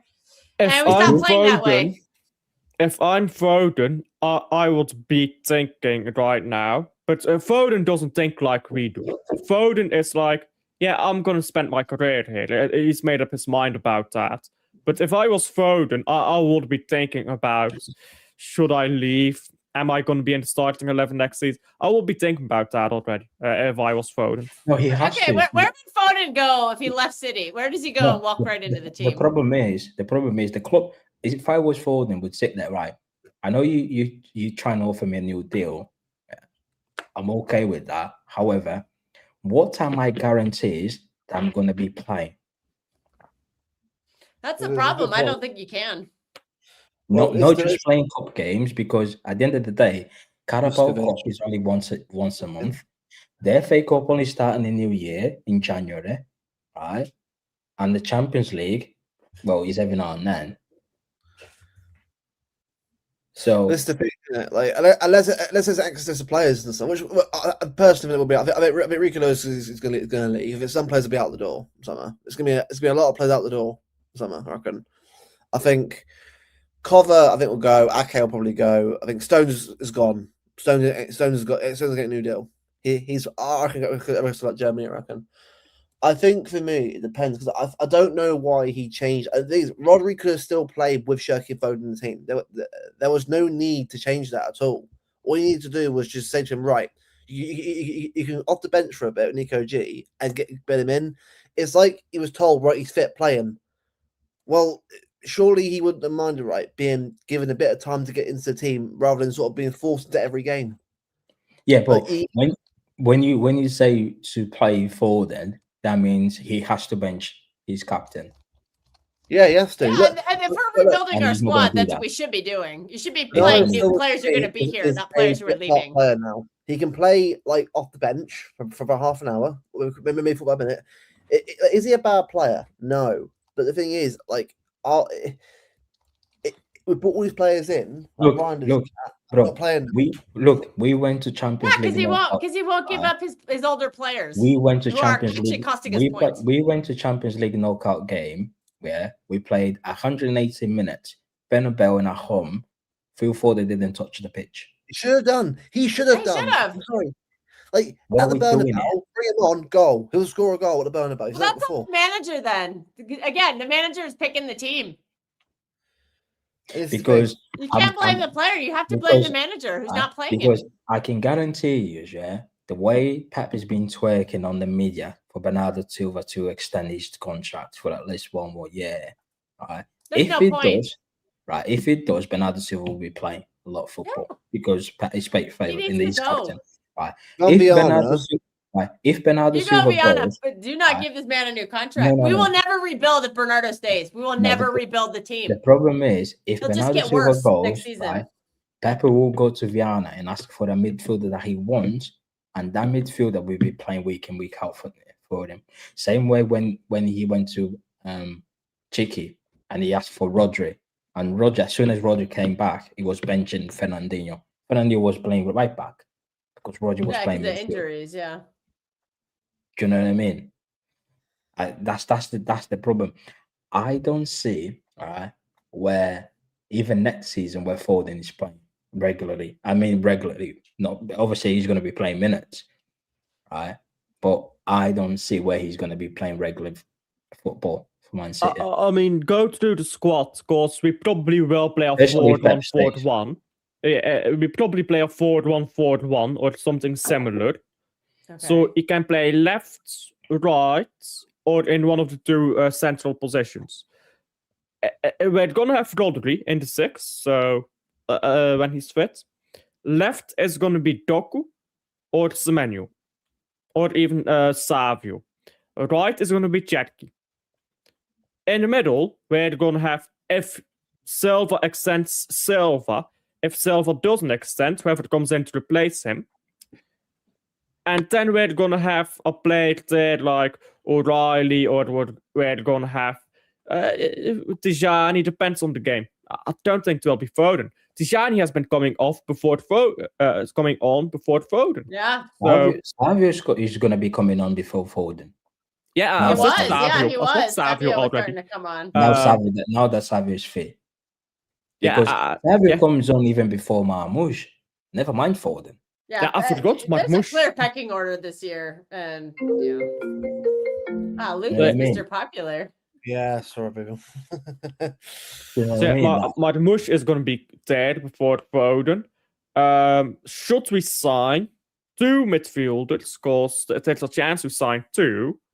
That's 2 players who probably play ahead of Foden. Yeah. So it's not looking good for him. Right. I think because again, it's the manager. Let's say, for example, he gets given the 300 grand a week that he wants, and he ends up signing. Is he thinking about his footballing career, or he just thinking, right, this is probably my last big deal that I'm ever gonna get. I might just take it and secure my family financially, whether I'm playing or not, it's irrelevant, really. He's probably thinking more about. I think he wants to play because he's 26. Like, is he angry that he's not been playing? Because there's not that many noise around. Oh, do you know all the players that whenever they not play? Matthijs, you notice he's a Mr. Nice Boy, bro. He's a nice boy. He doesn't get angry. He doesn't get upset. He doesn't make noise. He doesn't. He's just happy to be there. Bro, we've heard. I mean, yeah, it's like if you make noise, you don't get played, and if you don't make noise, you don't get played. Like, what can you do? It's like full time. Who he wants this year. He's full time. He goes into the pitch. He's like congratulating his teammates, hugging Pep, and he's just there laughing. And I'm like, bro, you haven't played in 5 games. Why are you laughing? Chair. Bro. The manager's not playing him. What's he supposed to do? Yeah, like I don't get it. Why is the manager not playing their games against Newcastle? Because you've already said so. You've already said why, Matthijs. Against West Ham, yeah. As soon as that second half as soon as we went to the half time, I said it. Bring on Phil Foden in the second half. We need him. And he was just sat there. Last 10 minutes, he's bringing on. Last 5-10 minutes, he's bringing on forward, and I'm like, really? 5-10 minutes? We've been doing that all season, though. We've been complaining all season about when Pep brings players on. How many times have we been down a goal or need a goal to turn a draw into a win, and he brings Marmoush on with 5 minutes to go? It's like, why didn't you do this 20 minutes ago and like give us an actual chance? Like, we've been complaining about 85th minute substitution since 2016. Yeah, since 2016. It's not a new phenomenon. Yeah, but at the same time, right? When you've got players sitting on the bench that are generally good players, you've got to play them. Right now, we haven't got Champions League, so we will be playing 1 game a week. Yeah, that means he'll just keep running Bernardo into the ground because he'll get some extra rest finally. So he'll just keep playing Bernardo. Bro, we all know this. We all know this. Right. I saw the fixtures and we'll be playing 1 game a week. So that means Bernardo's going to get a week rest. Roger's going to be playing again in the week rest. So they're going to be just starting every game until the end of the season. Right. Alongside Cherky, maybe Reinders will get 1 or 2 games there and there. But because we got knocked out of the Champions League, you don't have that privilege of, right, we've got a West Ham midweek or we've got a Burnley midweek, then we've got Bayern Munich. We might just play some players in there against Burnley, then go full strings against Bayern Munich. We don't have that anymore. So these players that are not been playing that much, they won't be playing at all. No, they won't. And that's a mistake. The last chance for the players like Foden, Gonzalez, and all that to play this season is the FA Cup. And even there, without any quarters, we're playing Liverpool. Might just play the full strength lineup games there. Left if you make it all the way. Yeah, Liverpool is our next game coming back from the international break, right? So he's going full strength for that game. Yeah. So Rodri, Bernardo, Kusanov, Gehi, Nunes. He might play Diaz. He might play Diaz. Diaz is injured, though. Diaz is injured. Diaz got a hamstring. Yeah, he should not be playing that game. If he plays that game injured and we lose because of it, it's happened before, though. Yeah, if Diaz is injured, then it will be Gray here, who's not. But yeah, I mean, you can predict. It should be just based on merit. Diaz has not earned his place right now. Yeah, but coming off an injury, you've not earned your place, and you shouldn't. Like, why should we sacrifice the team for Diaz? Pep has never been merit-based, so that's the problem. That's why you know what? This Premier League was very winnable this season. This is a shitty Arsenal team, and the manager has chosen to stick with sentimentality on certain players, and that I think has directly contributed to us dropping points. And we could have won a Premier League title this season if he'd been old Pep and been more ruthless. Pep's never been ruthless like that. It just looks ruthless when you ban off players you don't care about. But the players he cares about, he's always been like that with. He didn't want De Bruyne to leave. De Bruyne left because his contract was out and the club refused to extend. He didn't want Aguero to leave. Aguero left because his contract was out and the club refused to extend. Pep is not ruthless like that. He just doesn't get the choice to extend certain players once they pass a certain age. And he doesn't care about players he has no rapport with. Ronaldinho, he had no rapport with. Get the fuck out. But if he stayed at Barcelona until now, he'd still be playing Xavi and Iniesta. Yeah. Once he built a relationship with players, he can't be ruthless to them. He doesn't want to. Well, let's hope the sporting director takes some of these options off his hand that he shouldn't be doing anymore. Because in the year 2026, you just have to. Sometimes you got to go with who's better fit for what the league is developed into, and then players get old. Sometimes they're not good enough. I mean, you even see it with Bernardo Silva now. How much Pep is talking about a Bernardo Silva extension, possibly, or searching for it. The only reason he's doing that is because he knows Viana will be sitting there thinking Silva got to go. That's the only reason. Yeah, he has to go. If he stays next season, then this rebuild is delayed by 2 years. Because we'll have to accommodate him for a whole year, his declining, and then whoever's supposed to come in and improve has to spend a whole nother year, develop. It's just, if we're trying to rebuild, I'd rather just start from scratch. I'd rip the Band-Aid off with the crutch players at least.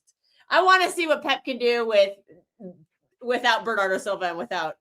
Well, I want to keep Rodri, but I just want to see what he does without him. I still think we'll be a very good team. I don't think it's the end of the world. So that's how. Yeah, I mean, I think I'm pretty well known about this. I've got an agenda. I'm a hater. I know that. I think you just have to move on at some point. And I can't watch another season of him. I can't do it. It's just.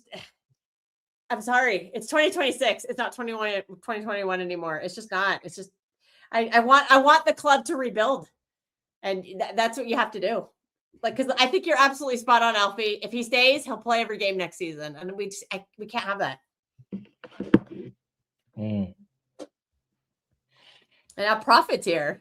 I know Prophet agrees with me on that one. Hey guys, how is everything doing so far? Wow. USA just got their butts kicked, so that's not been fun. Alfie's like, yeah. Nothing shocking there, but no. Listen. Watch out.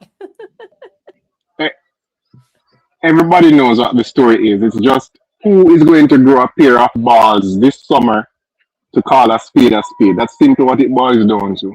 I don't get the excitement over what Rodri said or didn't say. Rodri is not born in Main Road or Main Street, so Rodri has the right to move on. He's an employee of the club with 1 year left on his contract, so he can decide how he wants to play it. So City can either sell him, as we have been saying, but the Main Road faithful, they love to hold on until things fall apart. It is simple. Get Rodri out the club, and we move on with our lives. What is the difference? He's there now. He was supposed to propel the season. That's what we heard. And the season died when he came back. Our manager chose his players over the club. And it happened last season. He chose his idea or his favorites over the club. So we need a clean slate, right? For those who are thinking that, when Pep goes, we're going to get into problems. Well, guess what? It would be 2 seasons running without a trophy. So what would be the difference? There is no difference. 100 years from now, we'll never have a manager better than Pep. So what are we going to do? The writing is on the wall, people. Certain players need to call it a day, and we move forward. That's what it's about, moving forward. So maybe Viana can find a peer, or Caldoun can stop the loving business and just let Petnell say, guess what? We understand you were supposed to be here for 3 years. We got an extra 7 or 6 years. So thank you very much. Barcelona didn't crumble after Cruyff left. Yeah. The guy that won the treble for Bayern, I can't remember his name, before Pep came, the guy that came preceded Pep. No, man, before Hansi Flick. Bayern won a treble the season before before Pep came. I can't remember. Oh gosh, he coached Real Madrid as well. Joaquin Low. I think no, it's not Low. Joaquin Low is the national man. He won the World Cup for. I'll look it up. No, the manager that was there won a Champions League with Real Madrid, and then he won a treble with Bayern, and then once he won the treble, he left, and then Pep he resigned and retired, and then Pep came after him. So that's where all the pressure on Pep fell now when he didn't win anything with that. Basically, the same It thing. wasn't Van Gaal, was it? No, was Jupp Heynckes. Heynckes, yeah, Heynckes, I always way you pronounce it, Heynckes. Oh, yeah, right? Heynckes, yeah. Okay. Yeah, so once a team has a structure and has money to spend, that team is not going to all of a sudden fall apart. So no, we don't need another center back. We're stacked to center back. Choices need to be made this summer, and we're going to see if it's a case where people are going to choose the sentiment over the future of the club. Because believe it or not, right here, right now is the future of the club. How do we go forward? Do we take 2-3 more steps going backwards, or do we catch ourselves in the act and get ourselves together and move on? Because it's getting worse and worse. Yeah, the only difference between this season and last season is that we Arsenal did as we imagined they would have done. They were cowards and we ran over them. It's not getting worse and worse though. We won a trophy this year. Well, we won a trophy this year. That's the only difference I'd imagine. I'll take another one, but if for some reason Pep can scam up Premier League, just leave on a high. Don't go into another season. Just you win the EPL. You sign off in style, but with Pep, I don't think, because if he's only going to stay one more year, what is the point? Because if a player does madness next season, they can't use the excuse that it's Pep's first season, so he'll get better the next season, because Pep is not going to be here. So what excuse are we going to use for those players? Right? I heard you guys saying that, given that we're going to be playing one game a week, yeah. Nico G and friends, you're never going to see Nico G and friends, not even for 5 minutes as a substitute. Because he did it last season. I think what's happened to Nico G is just, I think it's so unfair. Forget about Nico G. He hasn't been bad this season. He hasn't. He has been magnificent this season, and I'm going out on a limb to say Nico G has been better in his first full season, or between January when he came to when he stopped playing in January. It was better than Rodri's first season and a half. Yeah, simple Rodri as that. struggled his first season. I don't think Was that's I don't think it that's lying or when it you was say that. Rodri just put in a title-winning team and immediately hated on because he was in a title-winning team and a step backwards from that, rather than Nico G, who's a step forwards from a team. Let's be honest, nowhere near the title last year. That's well on the We ice. didn't play a lot at the end of last season, though. Remember, because once we had gotten eliminated from every competition, we were playing once a week. He should play more. was playing Gundogan and Bernardo every game. Yeah, we all say that he should play more, but Pep still thinks of Rodri as the 6, so Rodri's going to play in the 6. I don't have a problem with him playing Rodri as a 6, but it must be a case where a guy just coming off an ACL, 70 minutes, you get the next DM in. 65 minutes, you have some games where Rodri after the first 45 minutes is washed. Don't kill the guy. It is the same thing that you did the previous few years that cost him almost 2 years of his playing career. That you're doing now. It is the same thing. You're just spamming him. Yeah, I have no problem with Rodri wanting to move on, because right now the league is what it is. And we all know what Pep is going to do. If Rodri stays here next season and Pep is here, Rodri is going to play almost every single game. Just like what he was doing before he started to complain And while he was complaining about being tired, he needs help. No, this is the same thing over and over. He doesn't trust any. He doesn't trust any other midfielder to play in that DM position. Then we need a new manager. Then it's not about we need a new manager. Same way as he does not trust any other midfielder apart from. Well, again, and when you buy players and you don't play them, they can't develop the trust in the manager because they're not playing. It's they not have about to learn trust. They learn by playing, and that sometimes that comes with mistakes. And we I said don't this was think a it's about rebuild. I don't trust think for we the did Pep. enough of that. I think it's season. just. It's not about trust for the Pep with these older players. I think he trusts Gonzalez. It's just Rodri's better and he's my favorite, so he's gonna play. I think it's that simple for the Pep. Again, we still have never seen the two of them together. No problem. Get him out of the club. I've seen pretty much every city, almost every city content creator say that they wish they had seen that. But the problem is, I think players like Bernard and Roger, they're easy to control them. Do you know what I mean? Because they do exactly what you ask them to do. They will never step out the line. They will never do anything that upsets you. So they play. You can see every time. Get the kid show on in the background. you can see every time, for example, Cherokee is playing. Right? I'm gonna mute Prophet just because of the. So when Cherokee is playing, and Cherokee does some sort of madness on the pitch, you can see his face. He's not happy. For example, that thing where the kick-ups against Arsenal, he looked at it, he was like, no, not for me. But at the same time, football is not about the manager. Football has become so focused on the manager these days to a point where we forget that football is about the players. Do you know what I mean?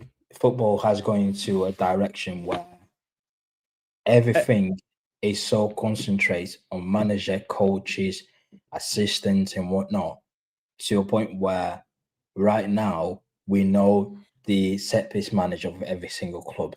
We know the assistant manager of every single club. We never used to do that back in the day. I didn't used to know who I don't even know who our set coaches, so I don't know if I agree with that statement. I did not know. I did not used to know who the Man City, Bayern München, Real Madrid's managers were. Nobody gave a fuck about managers back in the day. So, right now, everything is so concentrated on the managers to a point where, do you know, back in the day, they had the highlights. If we were playing a big game, would have been top player from this club versus a top player from the opposition club. Yeah. Right now is Arteta versus Pep versus this and that, and I'm like, Pep gets schooled by Hustler again. Oh God, I can't with that. Pep gets schooled by Hustler again. Pep's never beat him. Bro, remember back in the day when it was back United, Real Madrid? They never used to do highlights of Real Madrid manager versus Ferguson. It's never about that. It was Zidane, Ronaldo. Do you know what I mean? It was players get the spotlight. Now, the manager getting the spotlight for some unknown reason, to a point where it's because of managers like Pep, though, who have made football so micromanaged, where every detail I have to be involved. And okay, Pep can say in the final third, players have their own choice, but the final third is not a lot of football, and everywhere in between, Pep is making almost every decision for these players. That's why managers are so.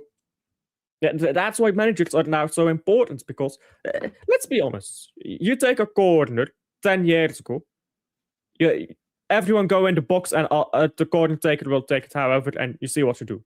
Nowadays, it's like specific routines, and you're going to be there, you're going to be there, you're going to push the goalkeeper. It's so fucking specific. Every time Arsenal plays and there's a corner, the camera, forget that he needs to focus on the pitch.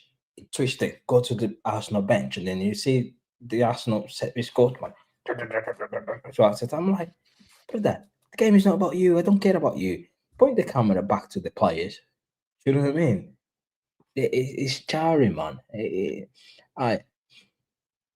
The way football is going is mental. But anyway, We need to go on last topic of the day, which is there's been quite a lot of rumours in terms of who's going to be Pep's successor at Man City once he leaves.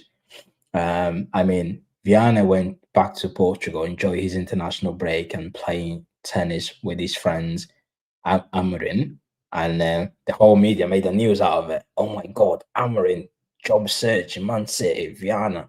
Yeah, good one. But there's also been quite a lot of noises on Maresca and Vincent Kompany. Are you guys keen on signing Maresca or Amorim? I've said for a while that Maresca's absolutely carried that average Chelsea team. They've got 3 good players. One of them is a hospital player. One of them is Caicedo.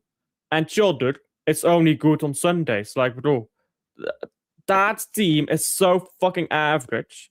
The fact they were even in top 4 and winning trophies shows you that Maresca can actually do something without great players.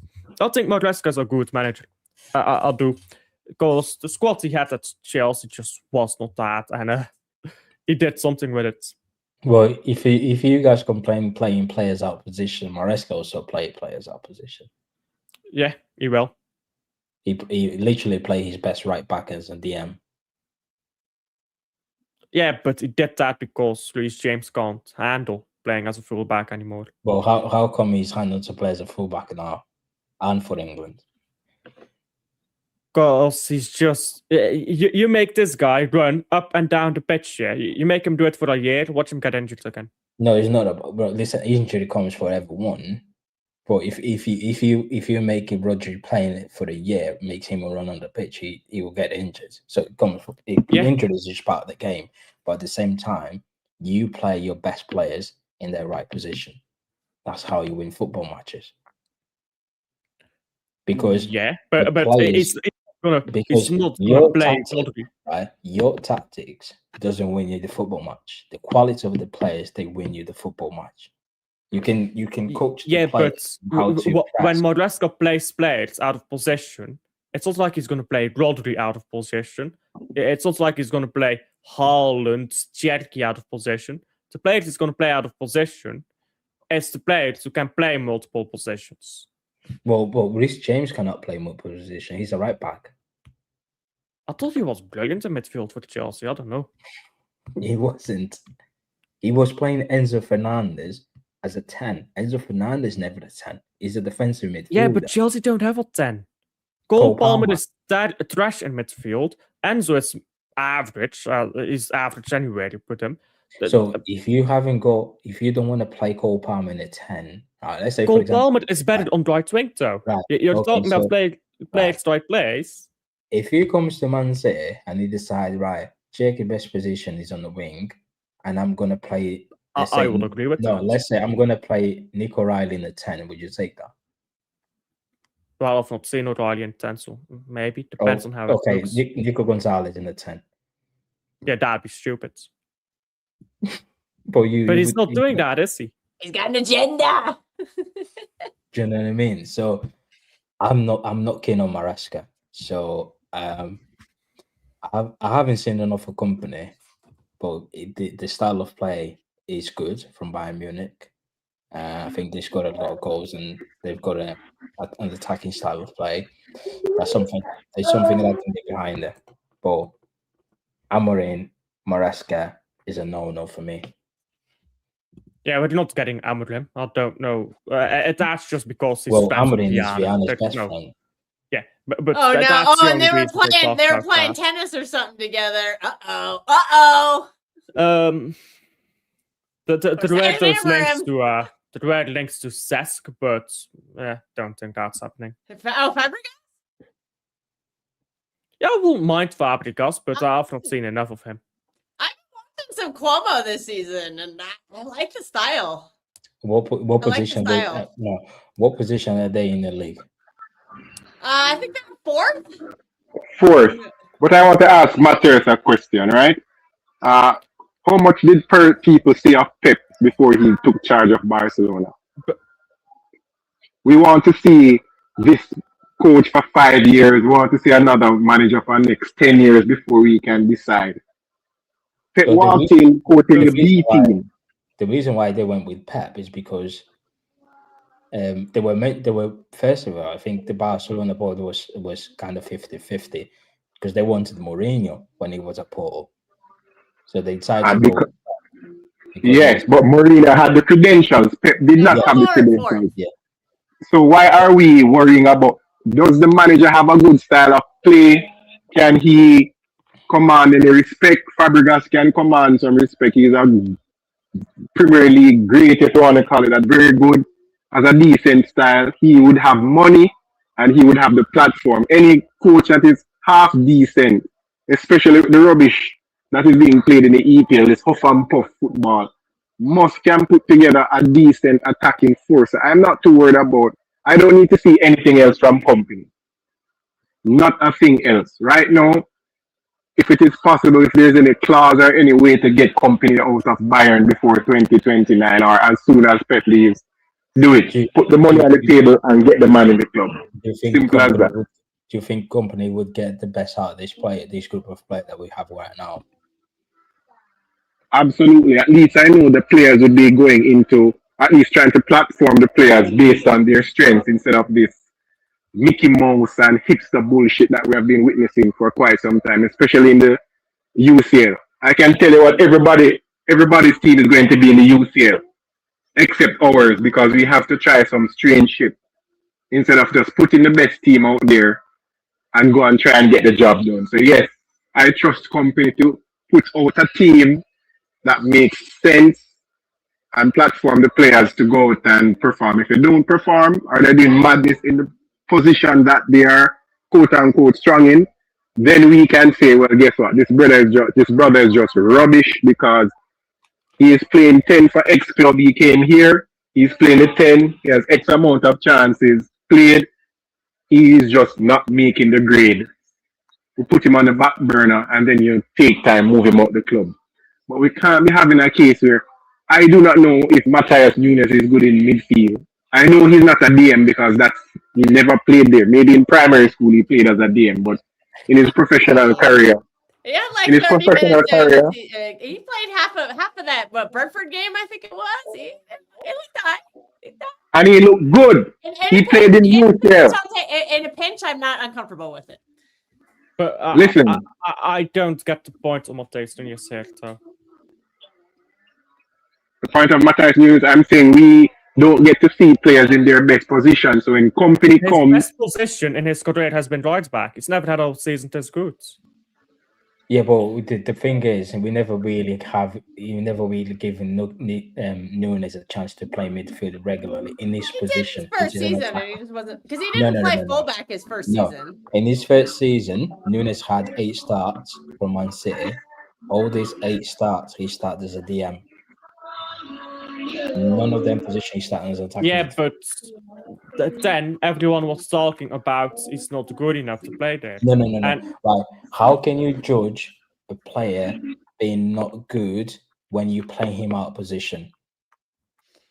Well, we signed him to be a midfielder, and then no, he was. Didn't play him He's as a not midfielder. a DM. He's out of position. If you know he was an 8.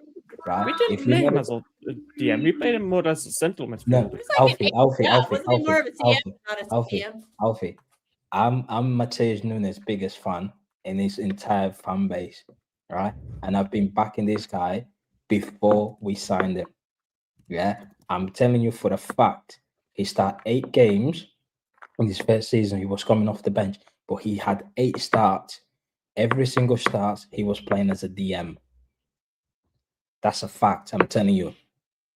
Right? How can you go out there by an attacking midfielder and you decide, right, okay, he can play in the 6, he can play as a DM, I'll play in there. He's done the same, right? He's done the same with Tijani Reinders. Remember when he signed Tijani Reinders in the Club World Cup and he was saying Tijani Reinders can play as a holding midfielder? Do you guys remember that? Yeah, he was sat in the press conference. No, he never played there for AC Milan. No.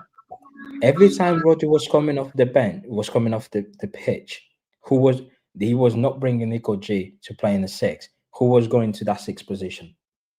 Reinders. We all know it was Reinders, and it was rubbish because I was wondering what the hell is Pep talking about. He got he's that not idea. a 6 because he's not a 6. Somebody, Right. the He got scouts that did that idea, one wrong. yeah?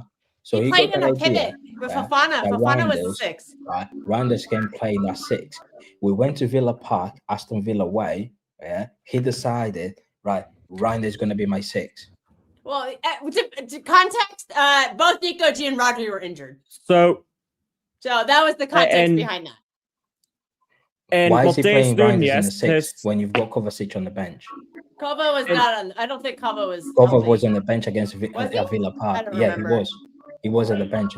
I don't remember. Why did he play I know Bernardo Rodri was there? injured, and I know Nico G couldn't start. Nico G came on late in the game, but he had injured himself the game before and came off, so he couldn't start the game. Right. And Matheus Nunes' season at Wolves, he played in the DM twice. He played mostly in central midfield. Then you look at 23-24, he played in the DM once. For the rest, he played central midfield or right. No, midfield. he didn't. Yes, he did. I just checked the statistics. Bro, I was in the games. I was watching the games. Forget about your stats. I was watching the games. Right? Nunes was playing as a... Bro, we went to I was Wolves, not watching Wolves. Right? We went to Wolves and Molyneux, yeah? And he played Nunes as a DM at Molyneux. His first start for the club. I was there. He was getting booed off the park. Oh, yeah, that I remember. Yeah. No, his first start was against Nottingham Forest. Started that game. First start was against Nottingham Forest at home. No, he came on for that game. No, against Nottingham Forest. He played the full 90 against Nottingham Forest. When did he make his debut? His debut? No, his first away game, right, was Wolves away. It was Wolves, yeah. That was he had just signed for the club, and then Pep started him, and he got booed so bad they subbed off. His first game for Man City was West Ham away. He came off the bench. Then he started Nottingham Forest at home. He played the full 90 that game. Then he started against Molyneux. When we played West Ham, who was the next game of Forest, or was it Brentford? The next game, the game after the West Ham was Nottingham Forest, and then it was Wolves. Was it Brentford before West Ham? Okay. Before the West Ham, it was Fulham, but he didn't play that game. But we played a game where we won 3-2 when we were 2-0 down at home. I don't think we signed. Was Brentford? I don't think we signed. Wasn't that the year that Leipzig in the Champions League? No. No, that was it. That was it. Then that was the Premier League. You mean in the Premier League or? Yeah, in the Premier League. Yeah. Because we came back 3-2 Leipzig. Yeah, the Leipzig, we were down 2-0 at halftime, and then that was a remontada in the second half of the game. We went 2-1 down. It was Brentford. One sec. Let me just double check. I think we were only 1-0 down against Brentford. Was it that goal? Oh yeah, because they scored like 5 seconds into the game. Yeah, remember we got just chipped over the top when the ball bounced up on Kyle Walker and John Stones. Remember that? I think it was the name. Yeah. It was like right when the game kicked off. It was like in the first minute. Yeah. I think we were only 1-0. Yeah, it was only 1-0. It was only 1-0 that game. We were 1-0 down, or is it? Yeah, it was 1-0 down. Yeah, because we were down like to start the game because of like that goal came in like the first minute. It's one of the first things in the first actions of the game. Yeah, but Nunez was on the bench in both those games. Yeah, he was playing to every cup. But whenever we playing cup games, yeah, Nunez was that as a DM. Nunez is not a DM. We keep missing profile of these players. Calvin Phillips. Back up for Rodri. He's not a DM.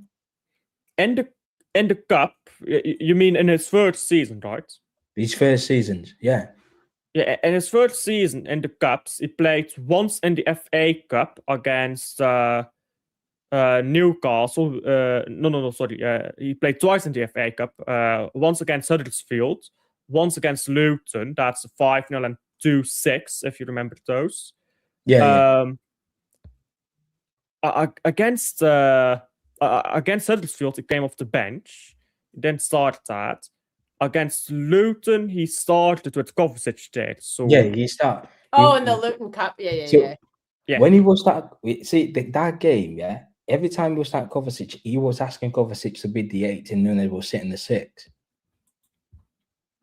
I feel like Rodri played a lot of Rodri played every fucking game that season. Yeah, Rodri was playing. That's probably why his ACL blew up the following season, because he didn't play I felt like he played every game. But we never actually, didn't done Nunes right. Okay, it's your first season. You're struggling. We understand that. We're gonna give you another goal to play midfield. Oh no! He's not good enough. He's not smart enough. He's not playing again because we didn't rotate. Because we didn't cycle some of these older players out. We can't develop new players because players won't leave. That's why I keep saying Bernardo has to go. Right? He never applied the same. Go to someone else. He never applied the same patience that he showed for Gundo in his first season, because Gundo was poor in his first season. Gundo's first 2 seasons was rubbish. Rodri, first season, crap. Bernardo, crap in his first season. What do you know what he done? Don't worry, guys. I trust you. It will work out eventually. With Nunes, that is something. Yeah, that's Nunes, right? Nunes, few games. No. I don't want you bench. I'll play you right back. Right? And I'm telling you again, for everyone, I've got a stick. Yeah, I'm gonna give you a stick. Teal, he's not going to Barcelona. And I'm he's not going to start at Barcelona. You're going to be spending that much money on Anderson, right? He's going to ask Anderson to play the M. It will not work, and Anderson will be sitting on the bench, £100 million signing until you get a new problem. Manager. We can't keep doing that because that costs a lot of money, right? Because at this right moment in time, even Reinders, people start judging Reinders. Oh, he doesn't win any duels. You knew that when he was before you signed him. He wasn't bought in to win your duels, man.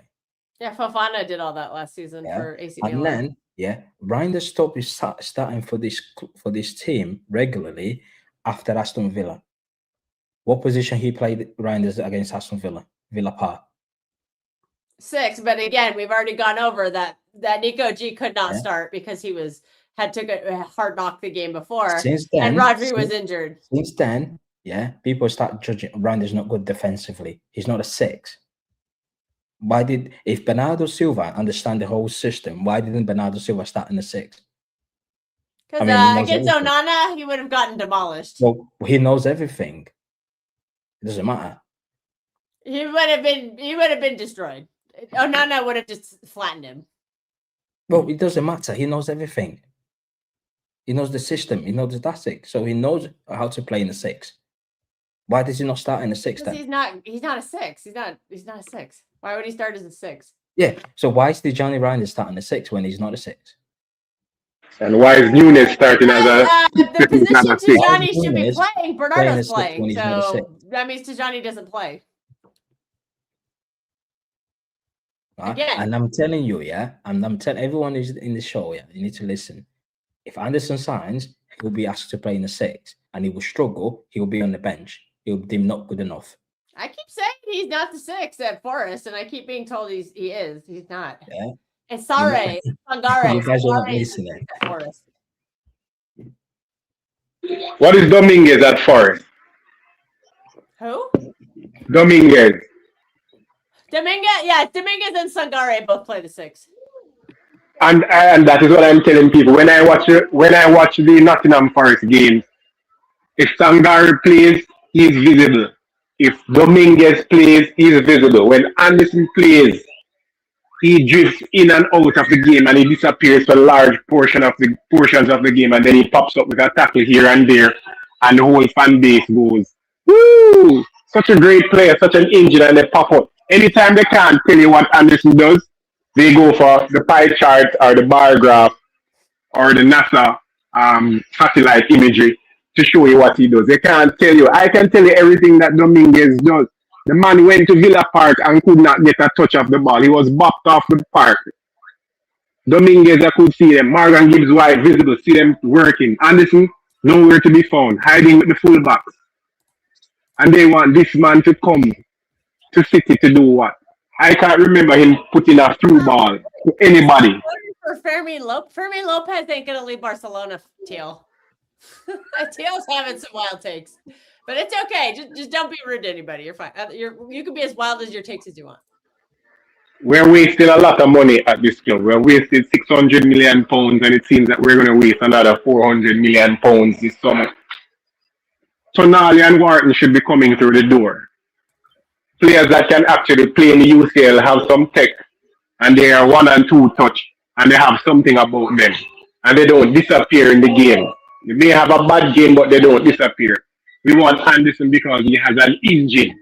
This is where Manchester City. This is where the club is at in 2026. You know, aren't we in the EPL embarrassed enough? We went through a round where everybody with their pace and power was exposed. They look stupid. 8-2, 9-2, 10-2 aggregates.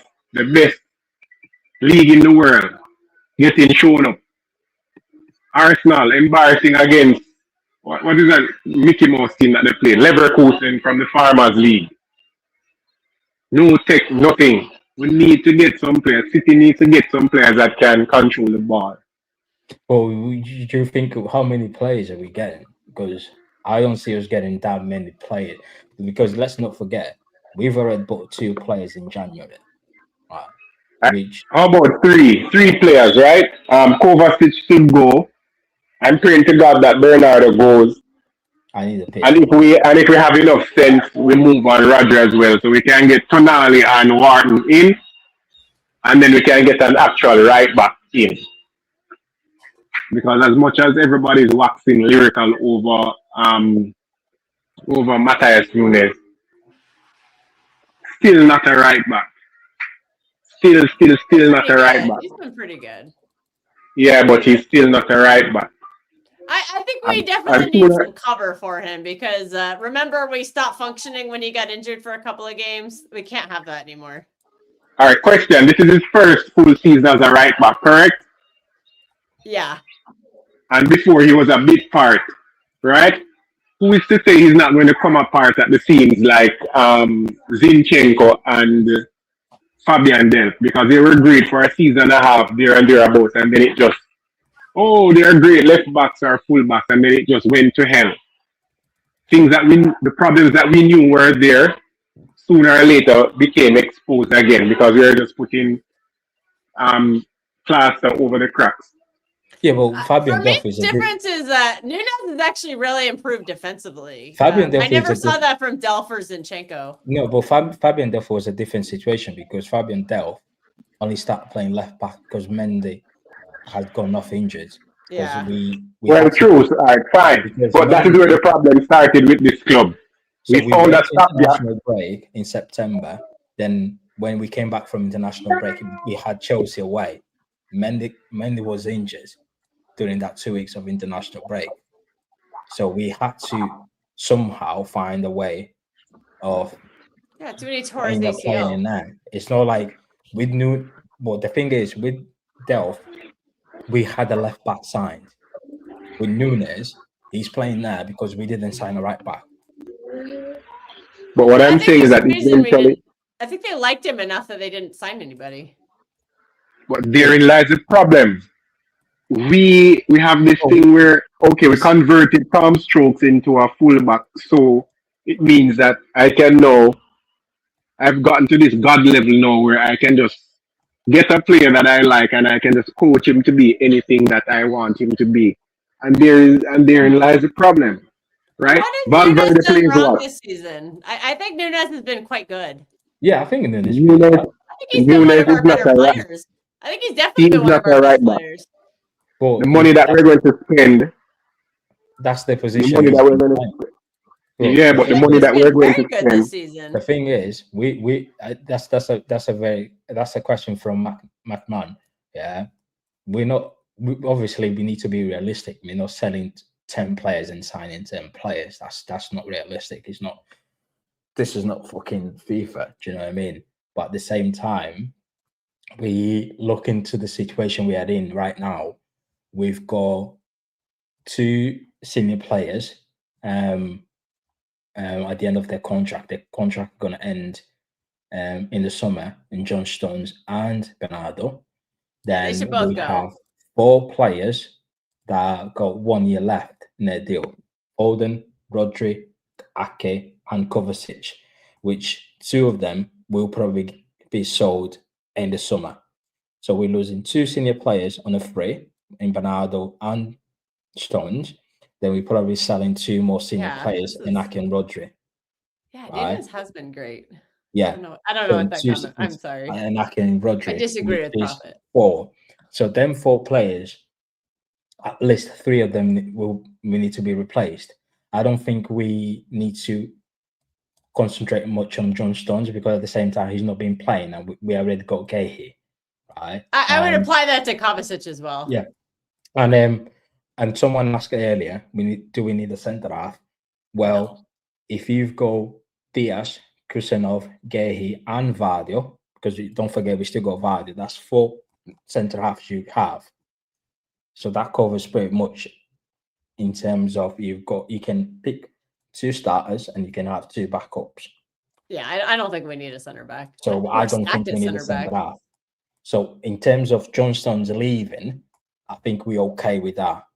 But Bernardo and Kovacic going is a different conversation. Yeah, we need to replace them. Yeah, and we've been needing midfielders for a long time because the last quality midfielder we bought was Rodri back in 2019. Yeah, and you've got Victor Reis. What do we do with Reis? I don't think Reis. I think he'll go on loan next season again. Yeah, where do you send him out on loan?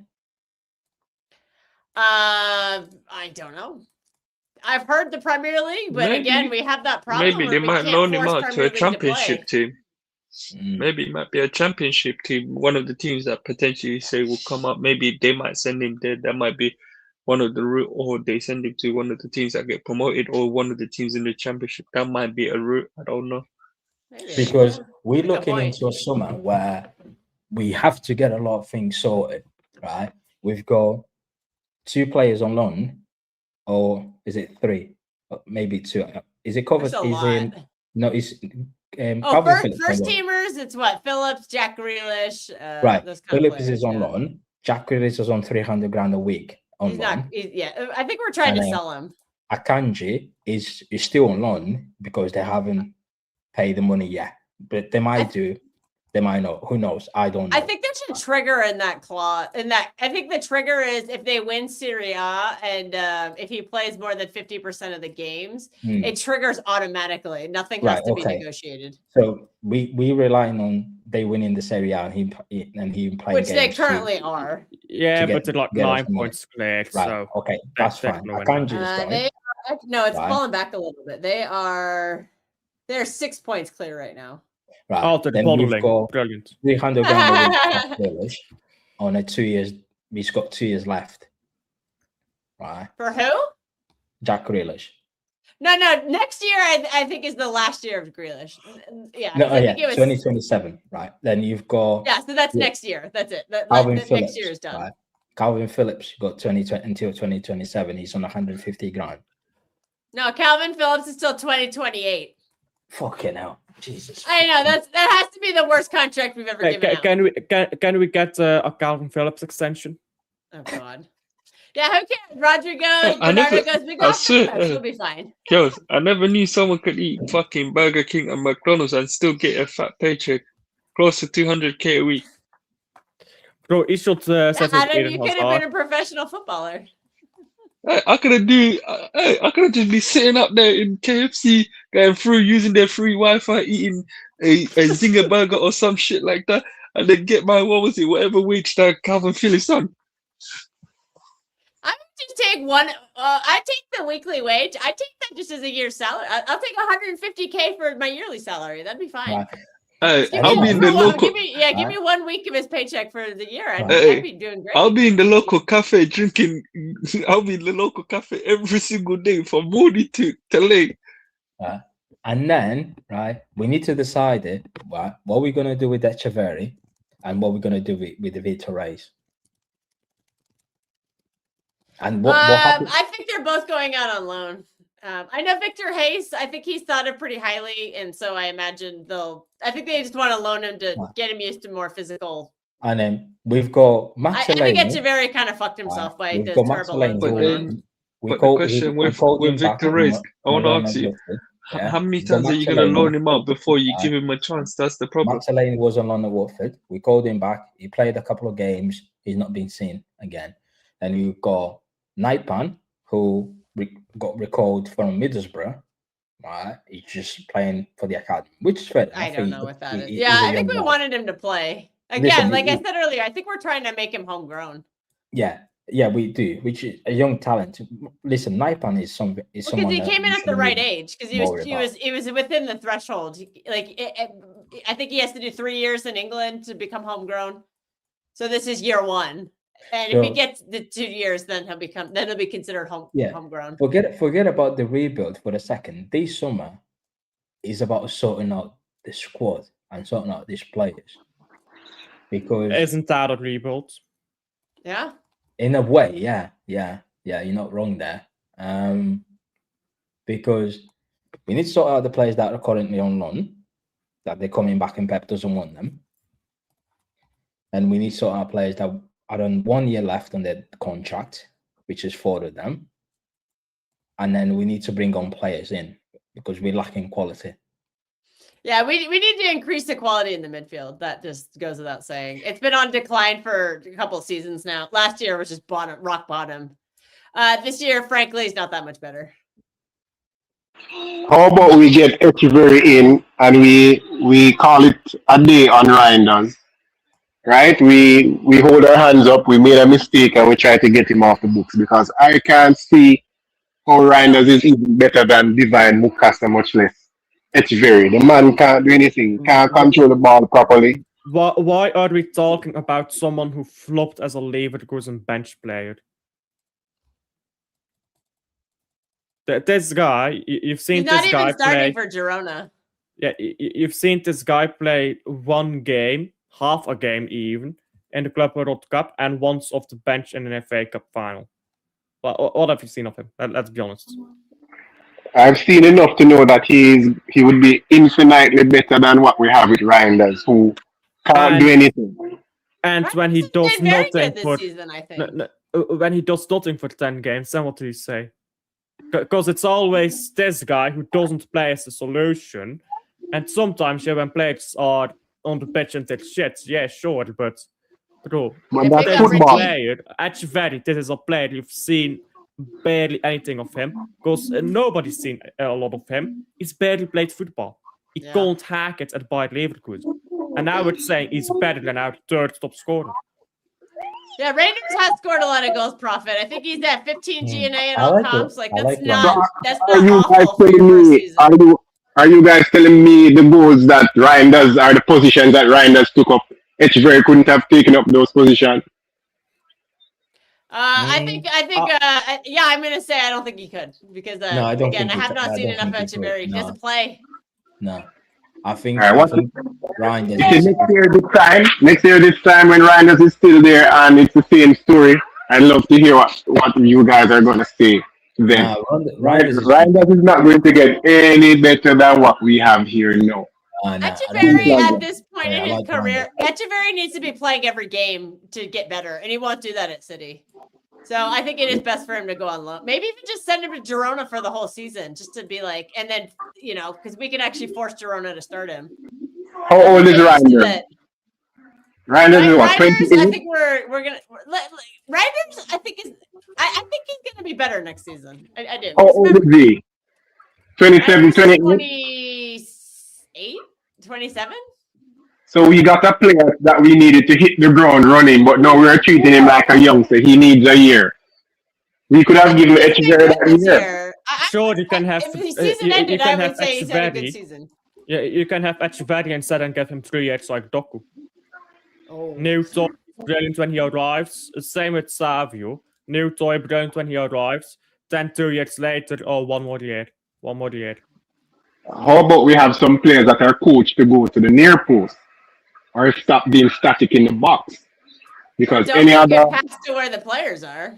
It doesn't matter who you get, the coaching staff is the same. So, and you're going to have the same result. If the coaching staff doesn't tell them to go near the post, they're not going near the posts. Well, guess what? We're going to have the same results. So if Olise comes and you guys expecting a difference based on how we're set up to play, then you guys are dreaming. We're talking about one of the best swingers in the world. What are we doing here? Doesn't matter how good he is. You expect him to come to the Bayern said he's not for sale. Of course not. Why would a big club sell their player to you when you had the chance to sign him and you did not? Because whatever the reason is, no club is going to bend. No club is going to bend over for City to sell them their best players. So those who are thinking about Vitinha, who was here and we didn't sign, or Neves, we decided not to sign, or the other guy, Nuno Mendes, at what, left back. So dream on. Dream on. Do you think we needed players like Vitinha at the time? Because when Vitinha was here, we were quite stocked up in terms of midfielders. We had Gundo, Bernardo, KDB. Gundo left. No.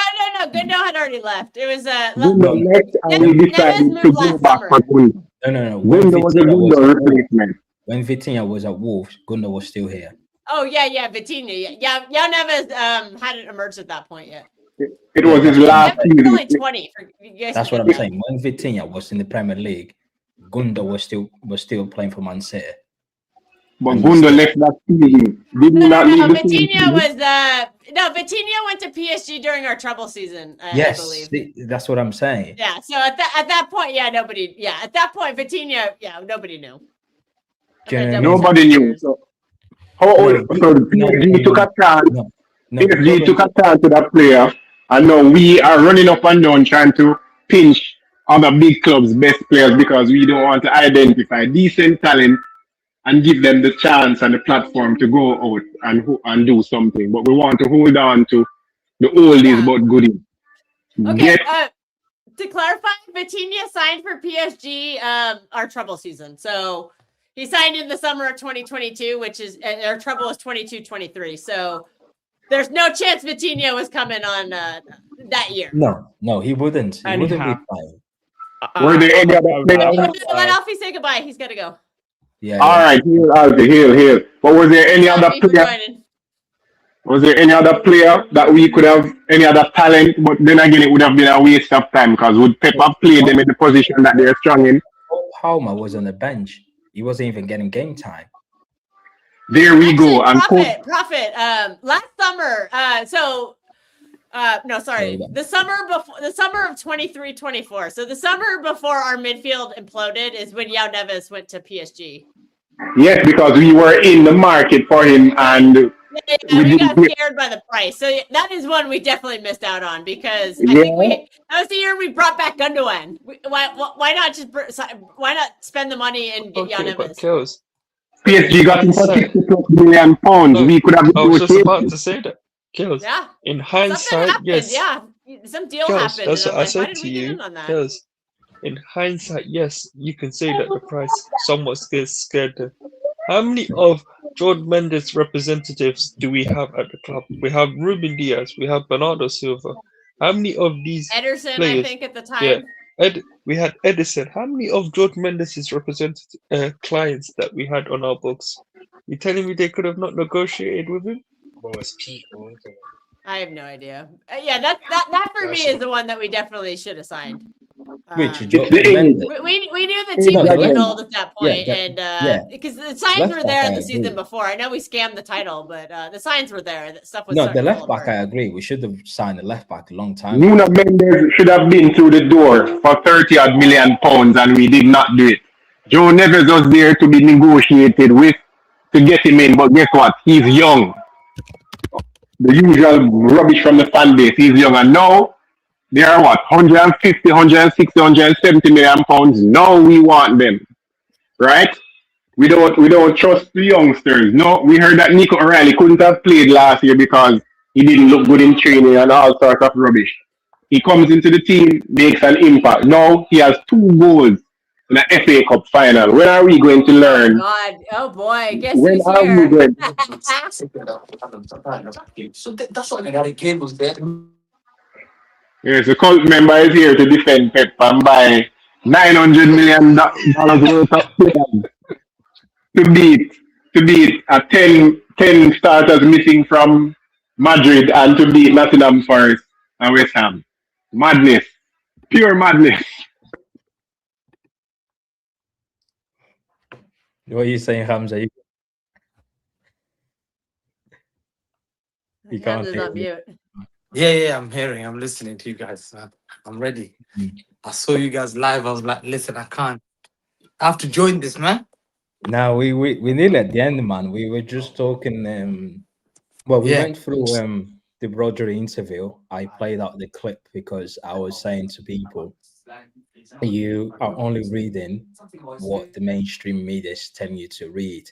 So we went through the whole clip and what there was in the whole interview. Basically, not the whole interview, but 3 minutes of it. And the whole media and this journalist just twisted the whole thing. So yeah, he said that he's one day he thinks about going back to La Liga one day because that's where he started, which most of the Spanish players do. David Silva started in La Liga for Valencia, and he played there for 10, 11 years, and he went back to Spain. So we've seen players like Santi Cazorla, Fabregas, all these Spanish players, they never finished their career in the Premier League. They always seem to go back to La Liga. That's what basically said. He said, yeah, thinking going back there one day because I still follow La Liga. This is where I started. And then regarding Real Madrid, and he said that I'm very happy from a Man City at this right moment in time.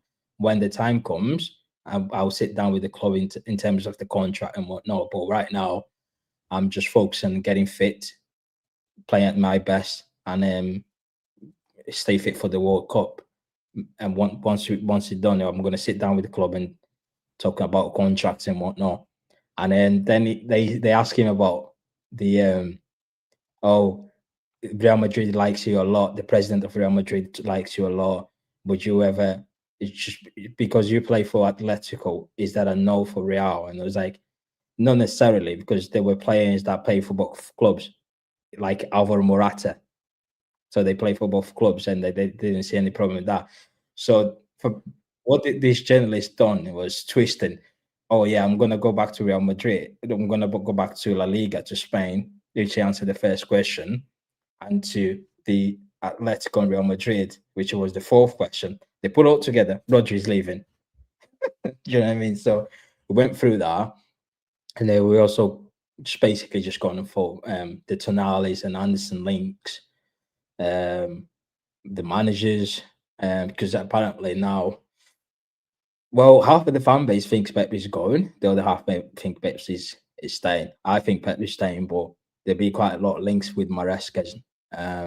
Amorim was playing tennis with Aviana, and obviously Vincent Kompany, who is the captain of Man City. So yeah, man, we've just today we're nearly at the end. To be fair, we've been going on for 2 hours, but what's your take on the whole transfer saga and the whole Rodri thing?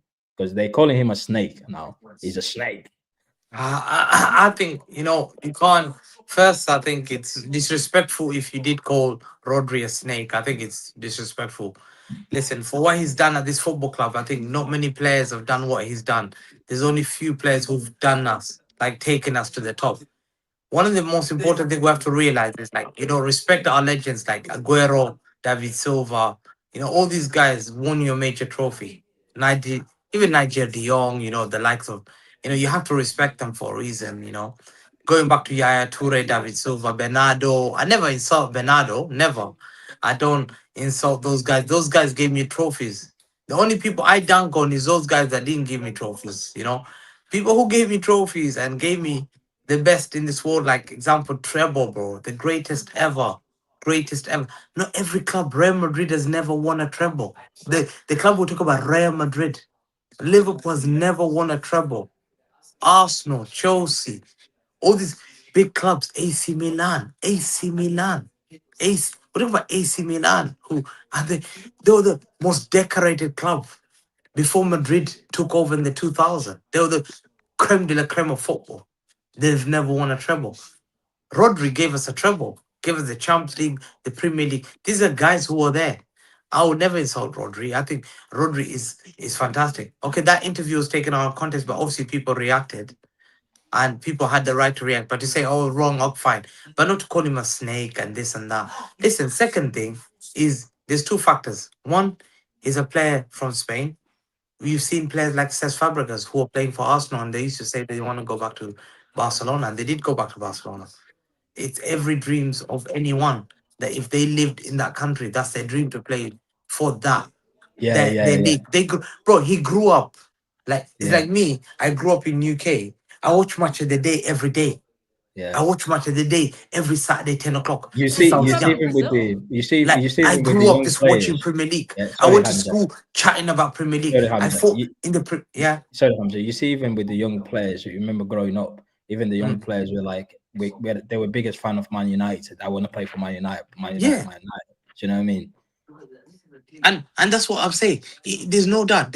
In Spain, the biggest clubs are Barcelona and Real Madrid. So he grew up as you grew up, like growing up watching Match of the Day, watching La Liga, going to kickball with his friends in La Liga, talking about this. I want to be Raul. I want to be this. I want to be Fernando Hierro. I want to be these guys. This young man said Busquets. That's their dream. That's what they were doing. Some of the Redondo, you know. That's how they grew up in mental. They never grew up in England. They never grew up in England. They don't have association in England. Yeah, they gave us major trophy. So that's the second reason. If he leaves, if he says, Hamza, I want to go. I said, Rodri, you've given me everything in the world. Yeah, and you can leave. The third thing is, does he have the players to win? He's 30 years old. If you're Rodri, do you believe you've got the players to win again another treble? Do you think? Yeah? Or do you believe, let me go to another challenge, make my name, retire as a legend, yeah? And also, I need to win the hearts and mind of the Spanish players, Spanish media. Because me, guess who I'm rooting for? Other than England, it's this World Cup. I'm praying Rodri wins the World Cup. Do you know why? Because I want, once he wins, I said it, if he wins the World Cup, I want to bring Xavi, Iniesta, and Busquets in that conversation. I'm going to go war with Xavi, Iniesta, and Busquets. And I respect them. Because I'm going to put them in the pedestal. I'm going to go to Barcelona chats. I'm going to go to all their talks. I've gone to Barcelona, big chats. Back of spaces with 1,000 people. I told him, if Rodri wins the World Cup, yeah, I'm calling out Xavi, Iniesta, and Busquets. Because my guy won everything. And on top of it, they brought a Ballon d'Or for Spain. Yeah? So he's the only Spanish player that I've ever seen in my life winning a Ballon d'Or. So me, I'm Mr. Rodri. So Rodri leaves, I respect it. I'll never insult him. So people who disrespected Rodri, please don't do that. It makes us look bad.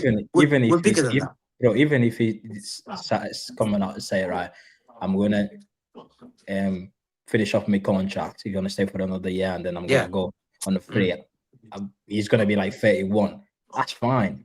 I can see that happening. My guy, do you know how even he hurts? Listen, one second. He's a Ballon d'Or winner. Bro, he came as a 21-year-old, leaving at 30. It's fine. He's given everything. I'm Man City. He's given everything. I'm Man City. KDB has given everything. They've given out everything. It's our job to get the next step. And I'm sorry. I said it already this season. Yeah? This season and next season. Let's say, for example, he goes. Yeah? Would you sell him? That's a difficult one. I don't know. Because I'm losing Bernardo, who's a winner. I'm losing Kovacic. Is another guy. So I believe he doesn't play though. He hasn't played a minute this season. 1 second. Let me go back to this. This is what I wish I was here earlier on. This is the problem with Man City fans, yeah? Kel, and I remember I warned you guys. Yes? The problem is we're not that good first. Just remember that. We're second. We could be walking this league. We're not that good. We've not been this good this year. The only reason we've not been good because we don't have a number 8. Is that yes or no? Yes or no? Number 8? What do you? We have like a bunch of them. So who's our number 8? Pep is playing Bernardo as a number 8 right now. Okay, who's the real number 8 in our football club? O'Reilly. Nico O'Reilly, Phil Foden's played as an 8. Tijani Rangers has played as an 8. Like we've had plenty of players. Hey, please give me a break. Nico Gonzalez is technically an 8. Listen, O'Reilly can't be a future. Do not disrespect midfield, guys. You know in football, don't disrespect an engine of a car, please. Right. What about don't think Bernardo's our 8. Our 8, Hamza. No, Bernardo's our 8. He's not a number 8. Bernardo is the 8 right now. Yes, Gando, Gando was this is the problem. You guys don't realize we're in a big predicament because we have this thing. Oh, Nico O'Reilly, number 8. Nico O'Reilly's a bloody left back, man. He's not even proven number 8. Nico's a 10. Is he a proven number 8? Is he proven number 8? Like he's one of the best number 8 in the world. He was an attacking mid in the academy. Academy, Nico O'Reilly's this is Manchester City who's supposed to be winning. No, 1 second. No. Because Hamza, when we bought Gundo, he wasn't one of the best. He's not. Nico O'Reilly's better than box. You can't cheat football. He's an academy. He needs to grow as a number 8. Don't cheat football. We tried to cheat football many times, and he caught us up. He caught even the greatest manager to be scratching his head, not winning a game. Yeah. So don't cheat football. I've seen number 8. Who was Gundogan replacement? Kovacic. The reason why we're not winning the league this season is we don't have a number 8. It's not. Forget this Pep tactic. Bernardo's been the 8 most of the season. But he's not a number. Gando was a guy. Kovacic is a guy. Get Kovacic replacement. Well, who's been playing him as an 8 then? The reason why we're not winning the league, if we had Kovacic for even 6 games, I promise you win the league. I promise you win the league. If we just stuck to that transition ball that was working, we won 8 games in a row, we'd probably win the league. The problem or if he started Ryan Cherky instead of benching him the past couple of weeks, that would have probably won us some of those games. Stop hyping up players who are not proven players in that position. Midfield, you can't joke. Nico O'Reilly got dunked in bloody Madrid. Our season fell apart when we started playing Rodri as the 6 and Bernardo Silva as the 8 when the year turned from if Nico O'Reilly is number Nico G. If Nico O'Reilly is number 8, why is Pep Guardiola not playing him? He is. He's been playing him in the midfield. Left back, man. He's playing as a left back. He's playing him as a 10. Listen, he's playing as a left back. He just inverted to midfield. Now you believe he's a number 8. He's been in the midfield for a while. No, he's not a number 8. He's been in the midfield. He's not been starting as the left back. I know he was starting as the left back. No, he's not.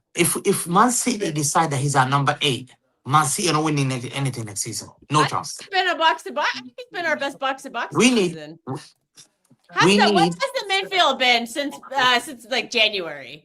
It's been Rodri, Nico O'Reilly, and Bernardo Silva. Nico O'Reilly's been further forward. He's been the further forward one, and Bernardo wants. But how many games has Nico O'Reilly played as a number 8 for Man City? Go on. I would probably, if I had to guess off the top of my head, I'd say 15. No. I don't know. I don't know the exact date. Please, can we get this right? Mateus, can you go back and check, please? Because I never saw. Yeah, you'd have to check. I don't know off the top of my head. He played it in. I think this is dangerous. 5 games. 5. Wait. No. They started a long time ago. They started back in January. Can you believe Manchester City? Manchester City's midfield will be a guy who's played 5 times in number 8. Yeah. Our second in the league, and he's not passed at number 8. We need to go and get a number 8. We need to go and get Kovacic replacement. We need to get Bernardo replacement. Well, stop Hamza, you at the end of the day, you gotta trust Nico O'Reilly next season. I don't know. He's not proven. I'm not the one position. Listen, there's 2 positions. No, Hamza. He's proven. So why didn't he play number 8? He won us the trophy. You he said won us. No. He played as a left back in 30. You said you actually, trust these players like Bernardo, Rodri, because they won you trophies. Nico O'Reilly won you a trophy. He won me a Carabao Cup, the same Carabao Cup. He spent most of that game in midfield because he was inverted. He inverted just like John Stones. Yeah. So why didn't we play John Stones in midfield then? One second. When he was playing in midfield, was he not getting to the box to score goals? Was he not scoring goals? Yes. But he's inverting as a listen. Give that position. The reason why players Pep Guardiola chose that position is he knows as a right back or left back, if you invert into midfield, you overpopulate the midfield. You control the game. Yeah.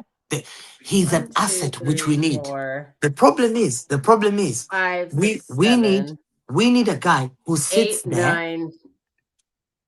He's not Oh, played that 8, was right? 10, 11. What are we counting? Games that Nico O'Reilly was in the midfield. I've got 9. He's not. He's more than 4. He's not more than The first 4. time we saw the midfield, Bernardo, Rodri, and Nico He's not O'Reilly. number 4. This lies. Hamza, you need to include the cup games. Remember the cup games he was playing in. Forget those. Forget those. He was playing as a 6 in some of that. Remember, he's playing as a 6. Yeah. Listen, Remember? Nico O'Reilly. Nico Pippen. We looked brilliant. We looked brilliant in that game. Listen, the only problem we've done Against Joe Linton and company. Oh, please, one game. Joe Linton, and then there's no Bruno G there. There was no Bruno G. Joe Linton came off the bench. Tonali and Joe Linton. Listen, the problem with you Man City fans, some of our Man City fans, they're so delusional. They believe we're that great because the word Man City Football Club, I can just play anyone, number 8 or number striker, I'll win the league. It doesn't. The reason why a great manager is struggling because he knows the deficiency in this team. Midfield gets walked in the park. We need to go and get some. Why do you think it's getting walked in the park? What is being walked in the park to you? Because two things. If you analyze that game, would you get Tonali or Anderson? Well, let him explain, Mate. I want to see what he says. Is why are we getting walked in the midfield? I don't think I would like to know Hamza's response. We need 2 midfielders with that Rodri leaving. I think we only need Tonali. Because I'll tell you why. We made mistakes. We made mistakes in the transfer market. Criminal mistakes 4 times. We made Calvin Phillips as us. Okay, let me. Calvin Phillips. Was he a joke? Calvin Phillips was awful. He's still six. He wasn't a mistake. He was misprofiled. Okay, that's number 1. Matthias Nunes is a midfielder. Yeah, I would agree with that. Misprofile. Tijani Rounders and the number 8. He's been all right. He wasn't 8 for AC Milan. One second. No, he wasn't 8 for AC Milan last year. Answer my question. Tijani Reinders as a number 8. Has he been good or not? That's literally what he played last year for AC Milan. He was an 8 and he played a pivot with Fofana. I asked a question. Is Tijani Reinders been success in midfield? Yes or no? He has. I think he's been pretty. I think for his first season. I don't think he's been a flop. Right, for his first season, and he has been good, in my opinion. 1 second, let me ask something, Man City fan here. Just non-biased, and that's what I was going to prove. 1 second, you delusional. Ade, let me ask you something. Has Tijani Reinders been a good success as a number 8?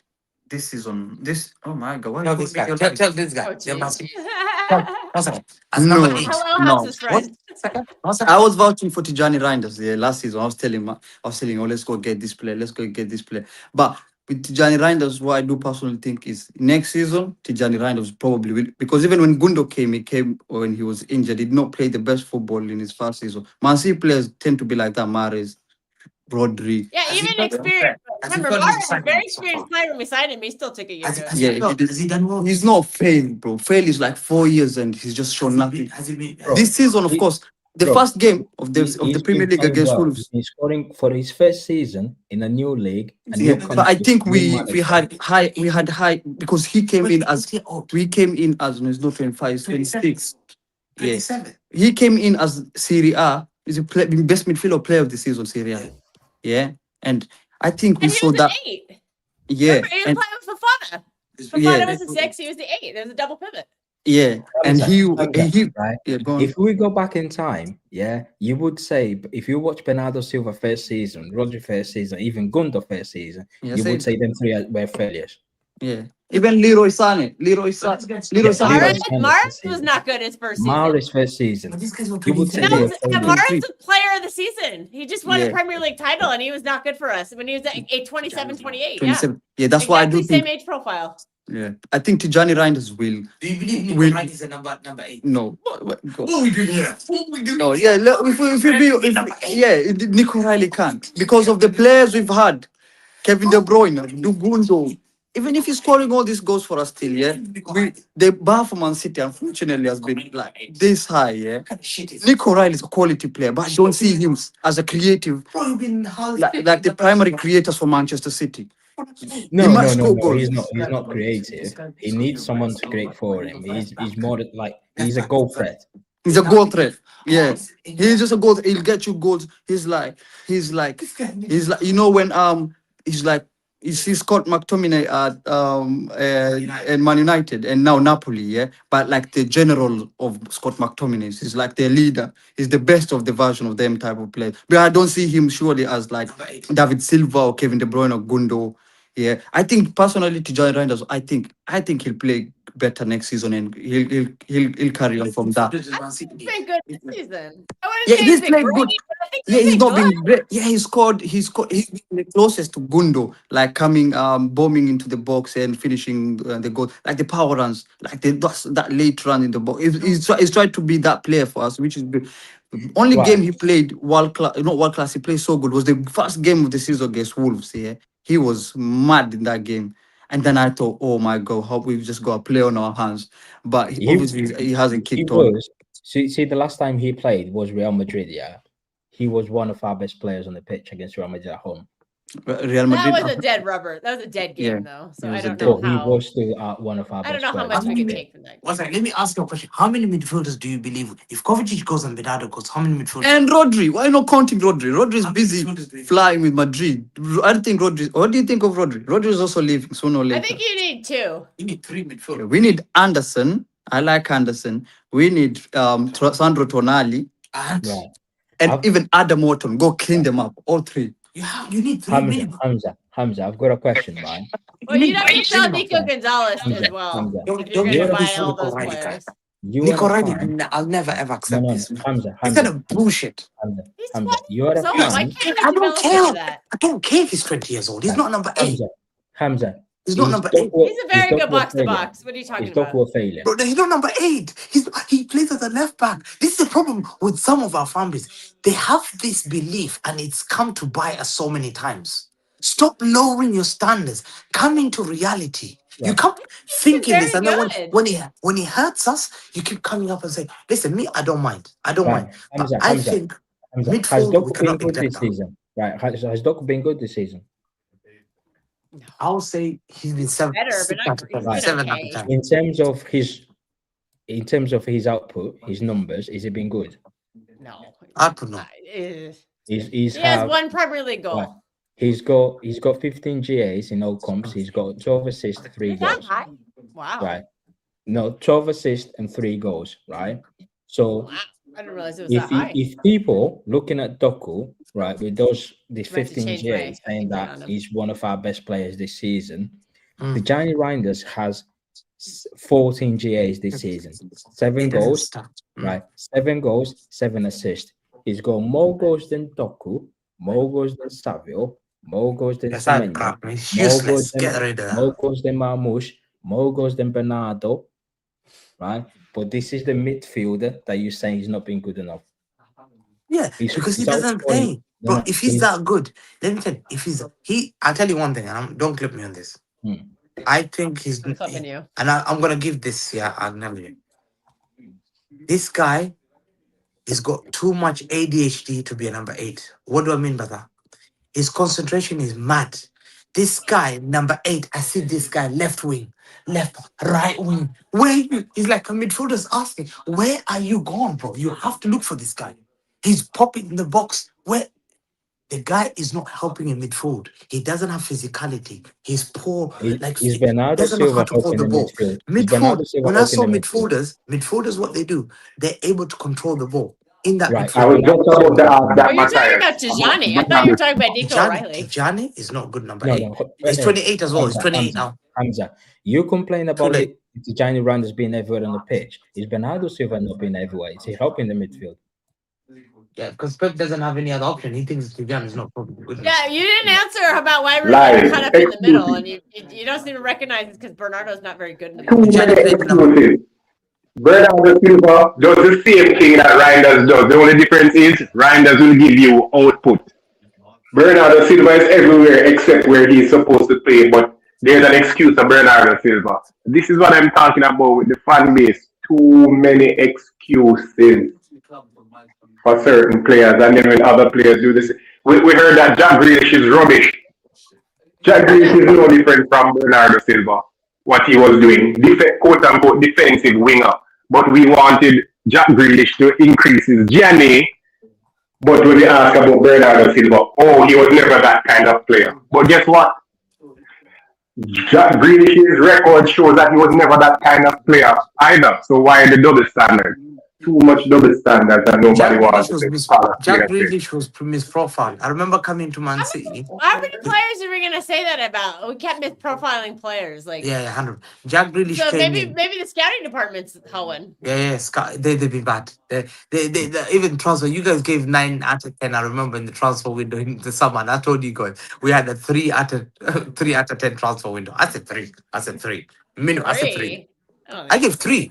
Go to the clips. I said 3. You good 7 out of 10. I don't remember. I probably said 8, 8.5. You guys said 9, I don't remember 8, what 9. I I was shocked. I was like, 8. Where did you get this 8, 9 out of 10? I said the midfielder will look quick. I don't think the midfield's been sorted. I said the right back hasn't been sorted, and we'll pay a price, and we're not going to win the league because I thought that. The only reason we're second, Arsenal are not that good. Arsenal are bottle jobs. The only reason Man City are there is Arsenal are dropping points against 10-man Chelsea. They're dropping points 2-0 up against Wolves. They're dropping points. This is a team that we've drawn to Sunderland. We've drawn to Chelsea on the last minute. Right. Chelsea came with 7 players. Yeah, if we'd actually we played some of these players that we bought, we might not have dropped points in those games. Hamza, I've got a question for you. Do you consider Anderson as a number 8? I think he can play number 8. He's not a creative player. Why would you? He's creative. He's creative. No, he's not. How many assists has he got? Bro, he doesn't have. He's creative, but they don't have good attackers. Bro, he's a creative player. I've seen him. So if he goes into a team that has better attackers, some of those chances he's creating at Forest will actually be converted into goals. Is that what you're saying? No, he's like Kovacic. No, Kovacic is way better, bro. No, he's like Kovacic, but not injury prone. But he's got the legs. He covers the ground. So O'Reilly covers ground. He's got the legs. No. This guy come. Bro, I've seen this boy. O'Reilly's a good player, bro. I've seen one time. Very good. I've seen this boy. I've seen. Right, when are we one of our best players this season. When are we gonna start trusting the CFA players then? If we can't trust O'Reilly. Hamza is waffling. If you watch Anderson at Nottingham Forest and tell me that he's a creative player, as in a creative spark, you have lost your mind. I don't know what you have been watching. Right now, I would trust Dominguez and Sangare to create more chances than Anderson. I'm a player that goes missing very often when he's playing for Forest. What are you guys watching? It is outrageous. I know. Wharton is more creative than him. Fact, I agree. Wharton is more creative than him. But I see him. Wharton is the one that we should be getting. Wharton is the player that we should be getting. I would get. You know what? I would go for. Listen, I'll go for. Spend the money on Wharton. I'll give Anderson and Wharton together. 2 British players, English players. Bro, people say I hate academy. Tell me our academy. You can't even name academy players that we've got. I know their names. They're not ready. Name me the academy players. Name me the academy players, Nami. The 2 closest to being ready is probably The problem is, listen, I would get this is the players I would get. And I showed my cousin yesterday a clip. I said I'll get Is Makasa and Mafuni. This is the only two that are I'll get Anderson. I'd get Wharton. Yeah. I'll take a risk, and I've seen a player who's at AZ Alkmaar. Well, I think he's a very good player. I think he'll be a very good player. I think he's 19, 20 years old. But because he's not English, he doesn't play. You're saying if Roger Bernardo Silva goes in the summer, right? Yeah. Roger Bernardo leaves and Kovacic, let's say Roger Bernardo, Kovacic, they all go in the summer. That's a major overhaul, right? That's major overhaul. That injury. Do we need it? But do we need it? Dead injured. The injury's dead. Do you think we need a major overhaul? Because Foden, because your bottle job Foden does not perform. Hamza, bottle job Foden is not performing. Yes. Tell Foden. You know, Foden's our second leading scorer. 26-year-old, he should be performing now. Come on, man. He's our second leading scorer right now. Oh, so you're protecting Foden after this stinker this season. You're still protecting we him. already have Foden, Nico Well, that's how Gonzalez, shit the rest of our team is that Foden, who hasn't even been playing for the past 6 weeks, still our second highest scorer. So 1 second, let me go more 1 second. So you think it's acceptable for Phil Foden, who's earning 250,000 a week, 1 million a month, to be sitting on the bench, substituted against Salford? I would be benching You can look at the people on the comments on their eye and defend him. Literally, are you able to do that? I'll say it again. I would be starting Phil Foden. I wouldn't be benching him. I think he was part of the team that I think has been the best performing team of the season. I'd bench Bernardo and play Foden. Oh my god! Listen, let's be honest with this. Phil Foden's gonna score me goals. Yo, Phil Foden. The reason why we're out of the title race that we could have been in is because we didn't score enough goals. We didn't score a goal against West Ham, Sunderland, Brighton, Chelsea. These kind of games, and we kept dropping stupid points in. That's why we're not in the title. Nottingham Forest. Listen, I play Foden in those games. Yeah, guess what? But Phil Foden can't even do it against Salford. He got substitute against Salford. Can you imagine? Can you imagine the audacity? Nobody was doing anything against Salford. Come on. Hold on. How can you get eliminated? No. But guess what? A player's earning 250 a week. Can you imagine Phil Foden having a stink against Salford? I don't think he's on 250 a week. I think he's on 250 a week. What are we doing here? So how much is he on? He's on 50 quid a week. He's on £25 a week. Is it? Yes. Minimum wage is it? £8 a week. Is it? Defend him. Is he on players to play? He's taking 250. I think he's on 220, but I actually don't know. So what's the difference between 220? I don't think it's on 250 though. John Jones is on 250. The guy's had a stinker this season. Second year. We defended him last season. You can't have a stinker again. You can't keep having stinkers. You can't. We need. I would be playing him right now because I think you're gonna get output from him if you play him. But we have too many players on that team who don't give any output at all. They say he's playing deep. He's playing That's wasting him. That's complete waste of Phil Foden. Phil Foden playing behind Erling Haaland. The guy had a stinker and hooked against Man United. He was playing as a number 8. Yeah, he got hooked against bloody Blodo Glimpse, dunked and hooked at halftime. They said, yo, halftime hooked. Yeah, Liverpool benched. Yeah, did not come on against it. He's not playing last 3. And he's I don't think Foden should be playing deep. Foden should be playing further up because he actually contributes to GNA. He's played at number 10. I don't want Foden running the most kilometers in the Premier League. That's a waste of Phil Foden. We're protecting him. He's the most protected, and he hurts you to say we have to give Phil Foden the same grief we give Reinders. And in fact, I think, thank God, Grinders got more GA than him. No, but you know what? No, Foden has more GA. Foden has more GNA than Reinders. Oh, per game? I gotta look it up. But Foden has, I think, 11 goals in all comps, and Tijani Reinders is like 7. Okay, check GA. Phil Foden, I'll be honest with you. For a player who's been playing here since 2017, 2018, yeah?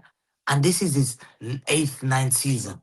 And he's the most senior player, 26 years old, who's having stinker for club and country. I'm sorry, I can't defend I'm going to ask a question. Hamza, hold on a moment. Hamza, what position does Pedri play for Barcelona? 8. He's an 8. And from what I've known Pedri till now, he's an 8. Phil Foden has been with the club 7 to 9 years. What's Phil Foden's position that he regularly plays? And how is that possible? How is that possible that we can have a talent like Phil Foden and he's not had a position to settle down in and play so that we can make a proper assessment of the kind of player he is? I knew what Xavi did. I knew what Iniesta did. I knew what Busquets did. I know what Pedri does. I know what De Jong does. How in the hell we have... He's a false 9. He's left winger. He's right winger. He's an attacking 8. He's a 10. He's a defensive 8. He's a DM. What the hell is going on? If I am confused, I can only imagine what Phil Foden is. Listen, as far as I'm concerned, Foden, if Pep extends or stay a year, move on. Find another club and have a position that you play. Because right now, it's not making any sense with what is happening with Phil Foden. It's amazing. I would understand this, but there's no way you defend a player on a position he's playing when he's having a stink against Salford or in a non-league club. I'm sorry. You don't need a position to be playing well for that for kind of teams. And I'm sorry, when you're having a stinker for your country like England and you've been criticized for England and you're having stinkers for England, are we protected Phil Foden? In front of rivals, everybody has sinkers for England. What are you talking about? No, England have been trash. Phil Foden has been trash for England. I'm gonna prove something right now. You know who else has stinkers for England is Declan Rice. He's been terrible for England. At least he plays. Where does Phil Foden play for England? He's been terrible for England. I think the big reason why they lost the Euros is because Declan Rice was shit. Everyone was shit except for Mark Gahey in the Euros. Kane was crap. Jude Bellingham was crap. Does Phil Foden start for England? That whole team is dog shit. No, but does Phil Foden start for England? He did yesterday. Where did he play? Right, no, in the Euros, where did he start? In the Euros, where did he start? I know that he played at the left wing. No fullback support. Played on the right wing. No fullback support. Here's the killer. I had my most successful season ever. I'm played out of position for England because of the idiot Southgate. I'm being placed on the wings with no fullbacks. I am now coming back to Manchester City the following season. I am thinking to myself, all right, PFA Player of the Year, 19 Premier League goals. I've carried the team on my back. You know what? I'm expecting to be dropped into that same position there where I performed. The man went back out on the wings, farmed out on the wings again. It doesn't make any sense. So he has a decision to make, right? Nobody's denying that he's not playing well, but he has a decision to make. If Pep stays or extends, he needs to decide whether he's going to continue to play this bit and part ridiculous role and waste the rest of his career, or he makes a step and choose himself and go somewhere and have a position that he plays in. If he plays there and he's rubbish, he can't complain because he got a run at a position and he was just not good enough. But there's no way in hell I'm going to judge Phil Foden over these years being all over the place. When he was looking good in midfield, the first thing Pep came out and said, well, yes, he looked good in midfield, but he didn't have Pausa. How the hell are you going to get Pausa in midfield if you don't have minutes played there to get the experience to develop Pausa? But you know what? We have won a lot of trophies, so I guess the ends justify the means. But Foden has a decision to make at the end of the season. Move on from City to somewhere else, or stay and continue to be thrown about all over the place as a player, because it's just what a waste of a talent from City. What a waste. I think talent means nothing when you can't show it. We had players like Dele Alli having talent mean nothing.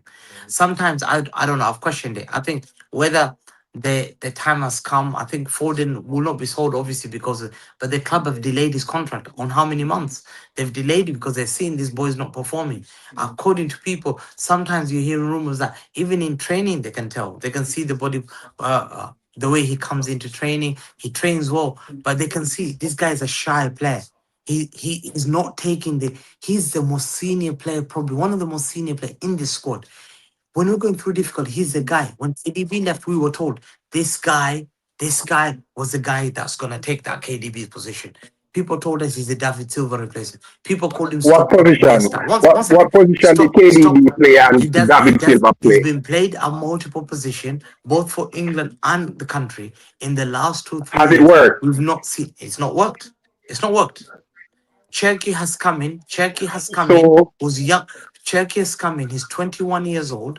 Has come into in a new league, new language, new country, new place, new environment, and has come in and literally took that position and is playing better than him. Clearly, way better. No excuses. Okay. No excuses. Do you remember when Foden and Turkey were playing together? But here, we come here protecting a guy who I keep saying to you had good 2 months of good, played well. But I'm sorry, in the Premier League, especially for Manchester City, you're not judged for 3 months or 2 months. This is a guy who's had 2 years of stinkers, and we're still coming out here to make excuses for the same guy who's taking one of the highest wages of Man City, and he's coming from the City Academy. That's why I'm sorry. If that's your expectation for Phil Foden as a player, as a Manchester City player, then you don't think he's a good player. Then you guys don't believe he's that. What are the expectations? Trust me. What are the expectations? He's one of our best players. I've been crying for him to play for how many weeks now? Almost every stream I go on, and I'm like, where's Phil Foden? But the thing is, Kel, don't back him. our expectations are high. Backing him. our expectations are high. I heard Hamza mention KDB and David Silva. I knew where they play week in, week out, right? What we're doing here is that Phil Foden should just pop up in any old position that your Lord and Savior Pep decides, and he should just be elite at it. So he was doing well. He was doing well this season. Hold on, he was doing well this season in a particular position, and then all of a sudden in the new year, we switched it up. And guess what? He's expected to do X-Ray. As I said, if this is how we're going to operate, we need to do that for every single player. And Foden himself needs to look in the mirror and decide, am I going to continue to be a big part player just because I was born in Manchester City and I've been here most of my life? Or am I going to take my career into my hands? Because if he stays here, it is going to be the same thing over and over. Next week on the wing, the week after that in midfield as a DM, the week after that I'm a number 10, the week after that I'm a 8. Name a player. I want anybody to name a player that every other week they drop him into a position and he's elite. I can't name one. And I've been watching football for a long time. Maybe Valverde. That's about it. Valverde, we get a constant run as an 8. He's only been playing other positions this year because of injuries. I think in football, you have to make it clear. There's a reason when you're eating bench, yeah, you have to make a choice. Our number 10 would you keep him, Hamza? And that's why because at this right moment in time, we need to, I think Foden needs to make a decision based on his football career, not based on the money. Because I know he might get the 300 grand a week contract, 300,000 a week. But however, if you're not playing, is it really worth it? Because we're going to knockout games, Real Madrid home and away. He's not touching the pitch. He's not touching the pitch. Even coming to shoot. Going to a cup final. That's on the manager then. The manager's not playing him. We're going to a cup final. Yeah, he's going to a cup final. 5 minutes. He's playing 4 minutes. He was literally the only sub though. Pep didn't sub anybody out of that game. As soon as the international break finishes, No, he didn't come on 4 5. As soon as the international breaks finishes, right? We're gonna be playing. Look at Kel. What? Kel said, but look at Kel, how Kel defended for Foden so much. She goes, but Pep never substituted anyone else. He did. He only substituted him. He made one sub in the game, and the sub he made was Phil Foden. But Mateus is telling you he's only played for 4 minutes. This is embarrassing. Blaming the manager. The manager is not using him, and I'm pissed off about it. After international break, Pep is gonna face. Pep is gonna face with a lot of dilemma because we'll be playing, right? Man City will be playing 1 game a week. Fact. 1. So if he's playing, he knows his 11 will be fresh for the next game. Yeah. So none of these bench players, none of these fringe players are going to get any minutes. Marmoush, Foden, Nico Gonzalez, Rangers. They won't be playing at all. He'll just run Bernardo into the ground. Because Bernardo Silva will play every game because he plays 90 minutes every 3 days. Now that we only go 1 game a week, he'll be playing 90 minutes every game until the end of the season. Rodri will be playing every game until the end of the season. Haaland will be playing every game until the end of the season. All right. Cherky will get games there. Cherky will get 1 game there, another game there. Reinders then will come on. Then they start in the other. All right. Then you've got Savio, another Pepe's favourite. That's it. His first substitution to bring it on is Savio. All right. And then Diaz is coming back. Kusanov will probably go back on the bench again because Diaz plays ahead of Kusanov. No, Governor, they should be playing together. We played our best ball this season when Foden and Turkey were both starting games. We won 8 games in a row in all comps. When Foden and Turkey were playing every game with each other. It was our best run of the season. If you feel Foden, so you can't play 2 number 10s. And you sit there and say, we did, and we won 8 games in a row in all comps. No, he played in the wing, and then the Prophet said that he should not be playing on the wing. And apparently the only reason he was in the wing is because Doku we can't play. We can't play Turkey and Doku either. You remember that? We can't play Turkey and Doku either. Yeah, so you have to choose. No cares, but we can't play it. The manager said The manager said we can't play Turkey and Doku together, but lo and behold, when both of them play together, the team looks much better. I trust my eyes over what I hear. So again, I think scoring what a goals. shocker! What a It was shock! conservative What a midfield shock! and was playing Semenyo, Marmoush, and Holland up front, and we dropped a bunch of points. And if we hadn't dropped them, we'd be winning the title race. The reason why the reason why we've been poor, you just have to accept the responsibility. Accept the responsibilities. No, but these players, Foden and all that against Chelsea had a stinker. Who? The number 10, Foden against Chelsea at home. When you're 2-2. No. They made an adjustment at halftime, and Bernardo and Rodri got absolutely eviscerated when Santos came on. Foden gave the ball away that led to a goal. Enzo Fernandez, Santos, and Reece James absolutely cooked Bernardo and Rodri in that game. That's why we lost. That's why we drew the game at the end. Foden made a mess several times, giving the ball away. It led to Reece James getting the ball past Nico Riley, whipping that ball behind everyone. Matthias Nunes didn't track, and he scored the goal. Defensively but our midfield got absolutely destroyed in the second half of that game. That's why in the final whistle, Foden ran to Pep Guardiola, and Pep Guardiola was talking to him, and you can see Pep Guardiola just said, "Yo," and he hugged him. He just hugged him. He knew it was his mistake. He just said, "Don't worry about it. What we're doing here." We were on that entire second half of that game because that under-18 manager put Santos in the midfield, and Bernardo and Rodri in 2026 could not handle the physicality.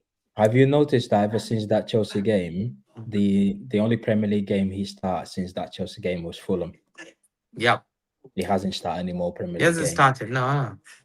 And I don't think our form has been that great in the Premier League. I think Salford, something when you bench him. I don't know. Kel said we didn't play in the wrong position against Salford. That was shocking. Imagine Salford. Jesus Christ. You're you don't need a position to play against Salford. But yeah, on a serious note, Kel's trying to win. Kel got this Foden there. I need to make sure I get into Kel's head, man, on this Foden. We need an own goal and Mark Gahey to come off the bench to win that one. I think everybody played a stinker in that one. Ryan Cherky was not good in that game. Tijani Rangers not good in that game. Foden is talent. No one's Rico Lewis did nothing in that game. Right. Foden Max Elena right back. He's a very, very, very talented player. And we know what he can do when he's at his best. Yeah, we know his talent. Yeah, just not good enough.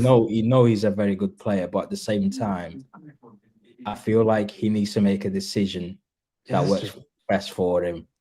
It's no well and good, because when you could have sat there. Yeah, I'll sign a new deal. I'm comfortable here, whether I'm playing or not. It doesn't really matter. I'll just carry on training and hopefully I can get me a chance to perform. Or he can be arrogant and say, no, I want to play football. I want to be playing week in, week out. Because there are players in this team. Bernardo Silva has had a very, very poor start in the first game of the season. All right. The first game of the season was poor, and he's been poor in a few games this season. However, Bernardo Silva he starts no matter what, right? So Bernardo has been poor the majority of the season, not a few games, majority of the season. Right. Foden might look at it, right? I know I'm not being at my level. However, there are players that seem to struggle, yet they are in the starting 11 no matter what, but I'm getting dropped.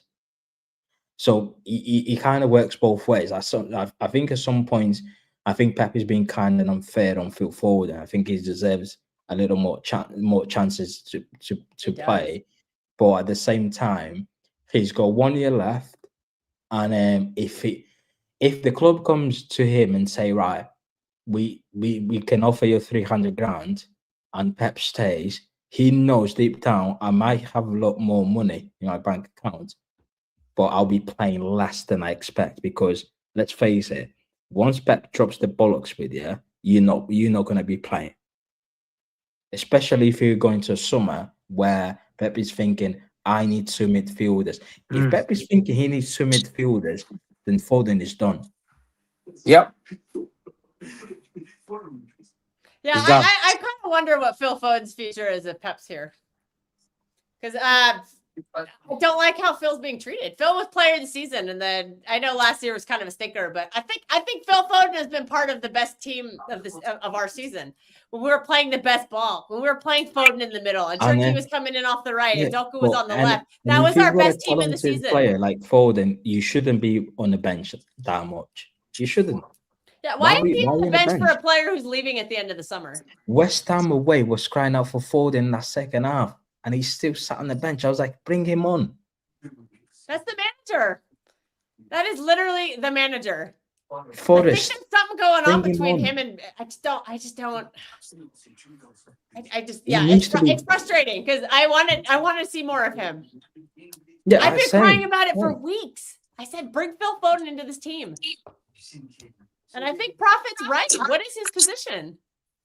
We should know this by now. That's the manager's fault. It's not Phil Foden's fault. And it's for club and country. Gareth Southgate said, Tuchel, who's managed, he said, I don't know his position. He played him as a 10 yesterday. but guess who? How many players are missing for England? Morgan Rogers ahead of him. Cole Palmer's ahead of him. Jude Bellingham's ahead of him. Palmer's not been good this season. But they're ahead of him. I don't think Palmer has not been. Foden's been better than Palmer this season. Palmer's been MIA. Bellingham's ahead of him. Ahead of him. No, he's not. I think Tuchel said he's not. He doesn't think Foden as a 10. He wants to play him out wide because Morgan Rogers is number 10. So how good was Foden yesterday when he played? I want to know. And that doesn't make any sense. Foden is not a wing player. These people are out of their minds. It's like Southgate. Everybody was saying, why don't you play Foden in the midfield? You know what Southgate said? He doesn't play for midfield at Manchester City. The few games that Phil got in midfield and look good, what did our manager say? He doesn't have pause. He doesn't have pauser, or however you want to pronounce it. Pauser is the thing now.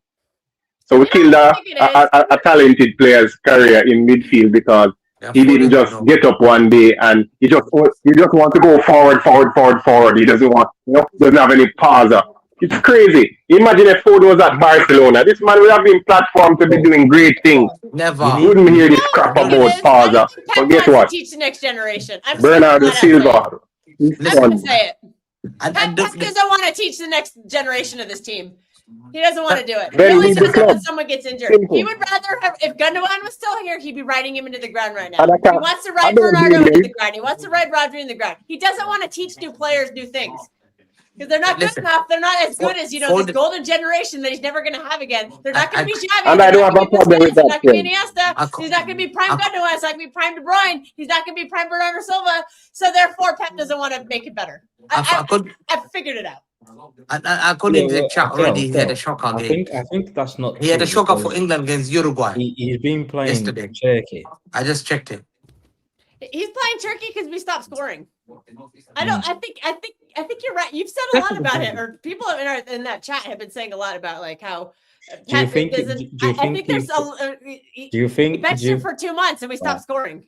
Do you think he felt pressured to play Turkey because the fan base was crying out for Turkey everywhere on social media? They were like, play Turkey in midfield, play Turkey in midfield. No, I don't think anything that fans say will influence Pep. Pep has his mind made up. He knows Turkey's a better player. I think he went for like 8 weeks without playing Turkey. It felt like he just never started him unless it was like a cup game. And he saw that our attack fell apart, so he had to play him. He had to do something different because we were dropping out.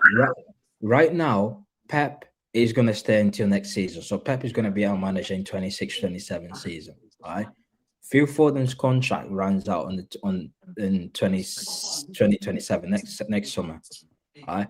If Pep is staying, then that means either him and Phil Foden talk to each other and get it sorted, and so Foden can start playing. Or it already worked this season. What are you talking about? Or Pep might just go to Vienna, right? I need this midfielder, I need this midfielder.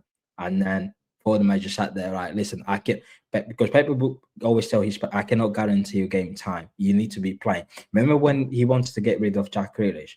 He just sat in the press conference and said, Jack Grealish needs to play. He needs to play. He's a good footballer. He needs to play.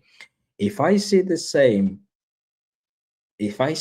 words come out of Pep about Foden and say, Foden needs to play. He's a good player. He needs to play. That only means one thing. He's done with Foden. because he used that with Jack Grealish when he was saying he sat in the press conference, said he was asked about Jack Grealish, and he say, "Oh, Jack Grealish needs to play. He's a very good player. He needs to play football for his own benefit. He needs to play football."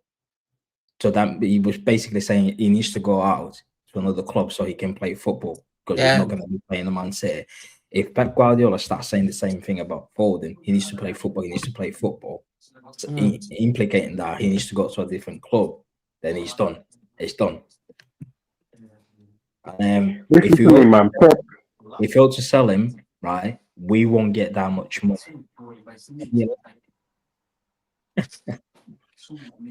I think the thing is, and I'm gonna pose this question. I'll tell you why. I sat down and I thought, there's something happened with Foden. I don't blame. I think the sole responsibility lies with him. I think I'm seeing Bernardo. He grinds out the game and he fights everywhere. This guy's a legend. He's played 450 games. Shame on anyone who comes up for Bernardo Silva. He plays everywhere. He's grinding out for the football. He sweats like a dog. One second. He sweats for like a dog. He sweats like a dog for this football club. Never goes injured. Never makes excuses. Wakes up in the morning till the evening. He's the most reliable. Let me use the word reliable player. He's doing what? Reliable doing what? Is Bernardo Silva the future of this club? No. He's the reason. He's the reliable guy. He gets overworked, plays 90 minutes, doesn't complain. He is reliable. He fights with passion. Whenever going gets tough, at least he fights. To me, he fights and does what? What does he do? He fights and does everywhere. what? He covers most ground. Everywhere. He covers the most ground. He shows more Phil passion. Foden covers the most ground this season. Nah, all Phil right. Foden doesn't cover ground, please. Oh, really? The stats show that. But go ahead. Phil Foden has had I said, 5 go months. ahead. Normally at work, we're given 4 weeks off. Phil Foden has been given 5 months off annual leave. 5 months. Has 3 seasons off. And he's not even played that. And Bernardo has been off for 3 seasons since the treble. I'm seeing this guy coming off the bench, offering sometimes nothing. And I question myself why. I think it could be 2 things. One, an issue that's happening to him, which we were told by Martin told me that he's going through family issue. Fine. Yeah, that was last season. I don't know what's happened this season. 2, could be there's some players who win so much in football, and it happened to Ronaldinho, it happened to him, that they win so much so young age, and they lose the love. They just lose the hunger to win. And you can't buy that hunger anymore. And we saw Sterling at 28 years old, and I told people, sell Sterling, 28 is gone. And I told Chelsea fans, I said, Sterling's done. I've seen him on the Champions League final. I saw him before we played Chelsea in the Premier League. Before we played him against Chelsea again in the FA Cup, got knocked out. He was the main guy that season. Yeah, he was done in that season. He was bad, and I said to everyone, he's done. He's won everything. Nothing will motivate him. And I'm gonna say this: the question is, has that got into Foden? I've won everything as a player. Yeah, I don't know. So should Foden just retire and go fishing? I think right. That's a very interesting question, Hamza. And I think if he thinks like that, I've won everything. I think the best thing for him to do as a player is to change clubs. Not just change new hunger, like Sterling. No.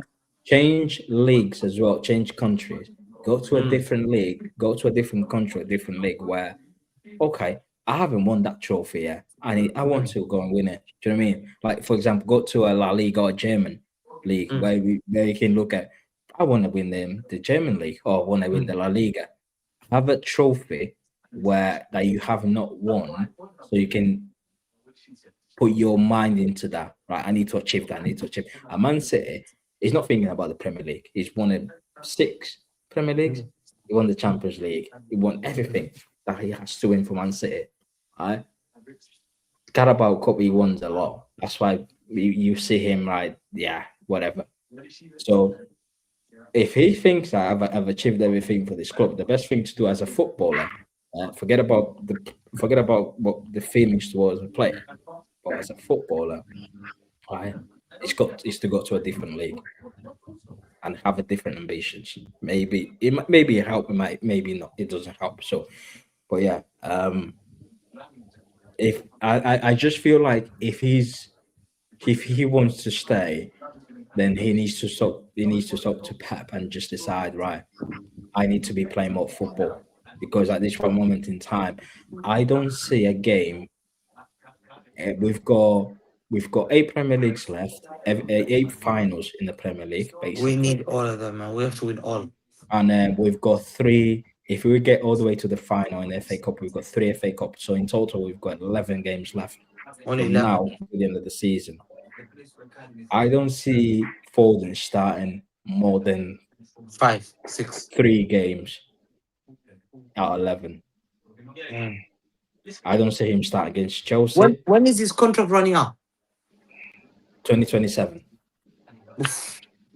I don't see him start against Chelsea. I don't see him start against Liverpool in the cup. I don't see him start against Arsenal. I don't see him start against Bournemouth away. And I don't see him start against Villa at home. The other games, maybe not. It depends who we get. Let's say, for example, we beat Liverpool, we get into the semi-final against Arsenal, and then semi-final. I don't see him starting that semi-final either.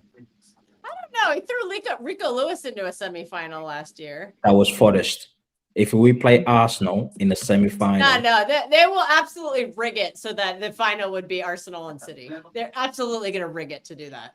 I guarantee you. So it'd be like, it could be whoever wins. What is it? Leeds versus West Ham, Chelsea versus Port Vale or somebody. Yeah, I think I guarantee you that Arsenal will be on the other side of the draw. I guarantee it. The whole contract thing is, I think it's just it depends on Foden, what he wants to do with himself. So I think this it's a very hard job for Hugo Werner. I don't think none of our fan base would want to offer. Kel, I want to ask Kel, would you offer 300,000 a week, 5-year contract to Phil Foden now? I would, yeah. I back Phil Foden. I think he's the future of the club. No, I wouldn't. No. I wouldn't. I would be playing him right now. I would not be benching him. If this was actually a transition, we would be going away from players who are not going to be here next season and playing players who are going to be here next season. That won't happen under Pep until they get taken away from him. You'd give for Foden 300,000 a week. Really? I'd be starting Phil Foden. I never would have benched him. I backed the guy. I'd play him out of the rut. My guy doesn't even stop having stinkers, and you still reward him for failing. No. I don't think he deserves. Phil Foden is. I want him on this team. I don't want him on another team. He helps us. No. Right. I would get rid of the players who aren't going to be here next year. I would just start benching them immediately. Look, we're out of the title race at this point. I'd start building for next season. Get the patches down with the players who are going to be here next season and start playing them every game. The same way. There's no preseason next year, so do the preseason now. Same way, right? The same way we've been criticizing Pep, or some of us want a new manager, is not because of what Pep. We're not replacing what Pep has done for the club. We're replacing the last 2 seasons of Pep. Right? Foden, we should look at the last 2 seasons of Foden before we consider any pay rise.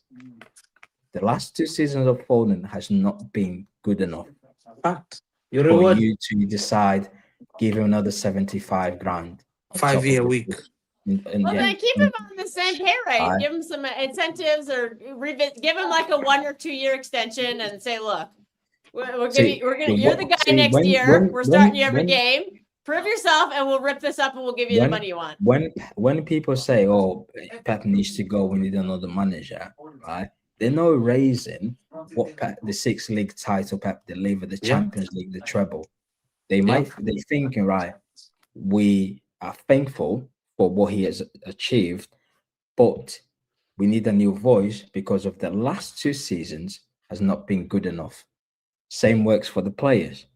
If the players are not performing, or not giving their all for the season that you're playing, let's say, for example, Jack Grealish. Pep sat in the press conference and said, when he was asked about Jack Grealish, he said, if the players think they will be playing just because of the things they've achieved in the past, they're very wrong.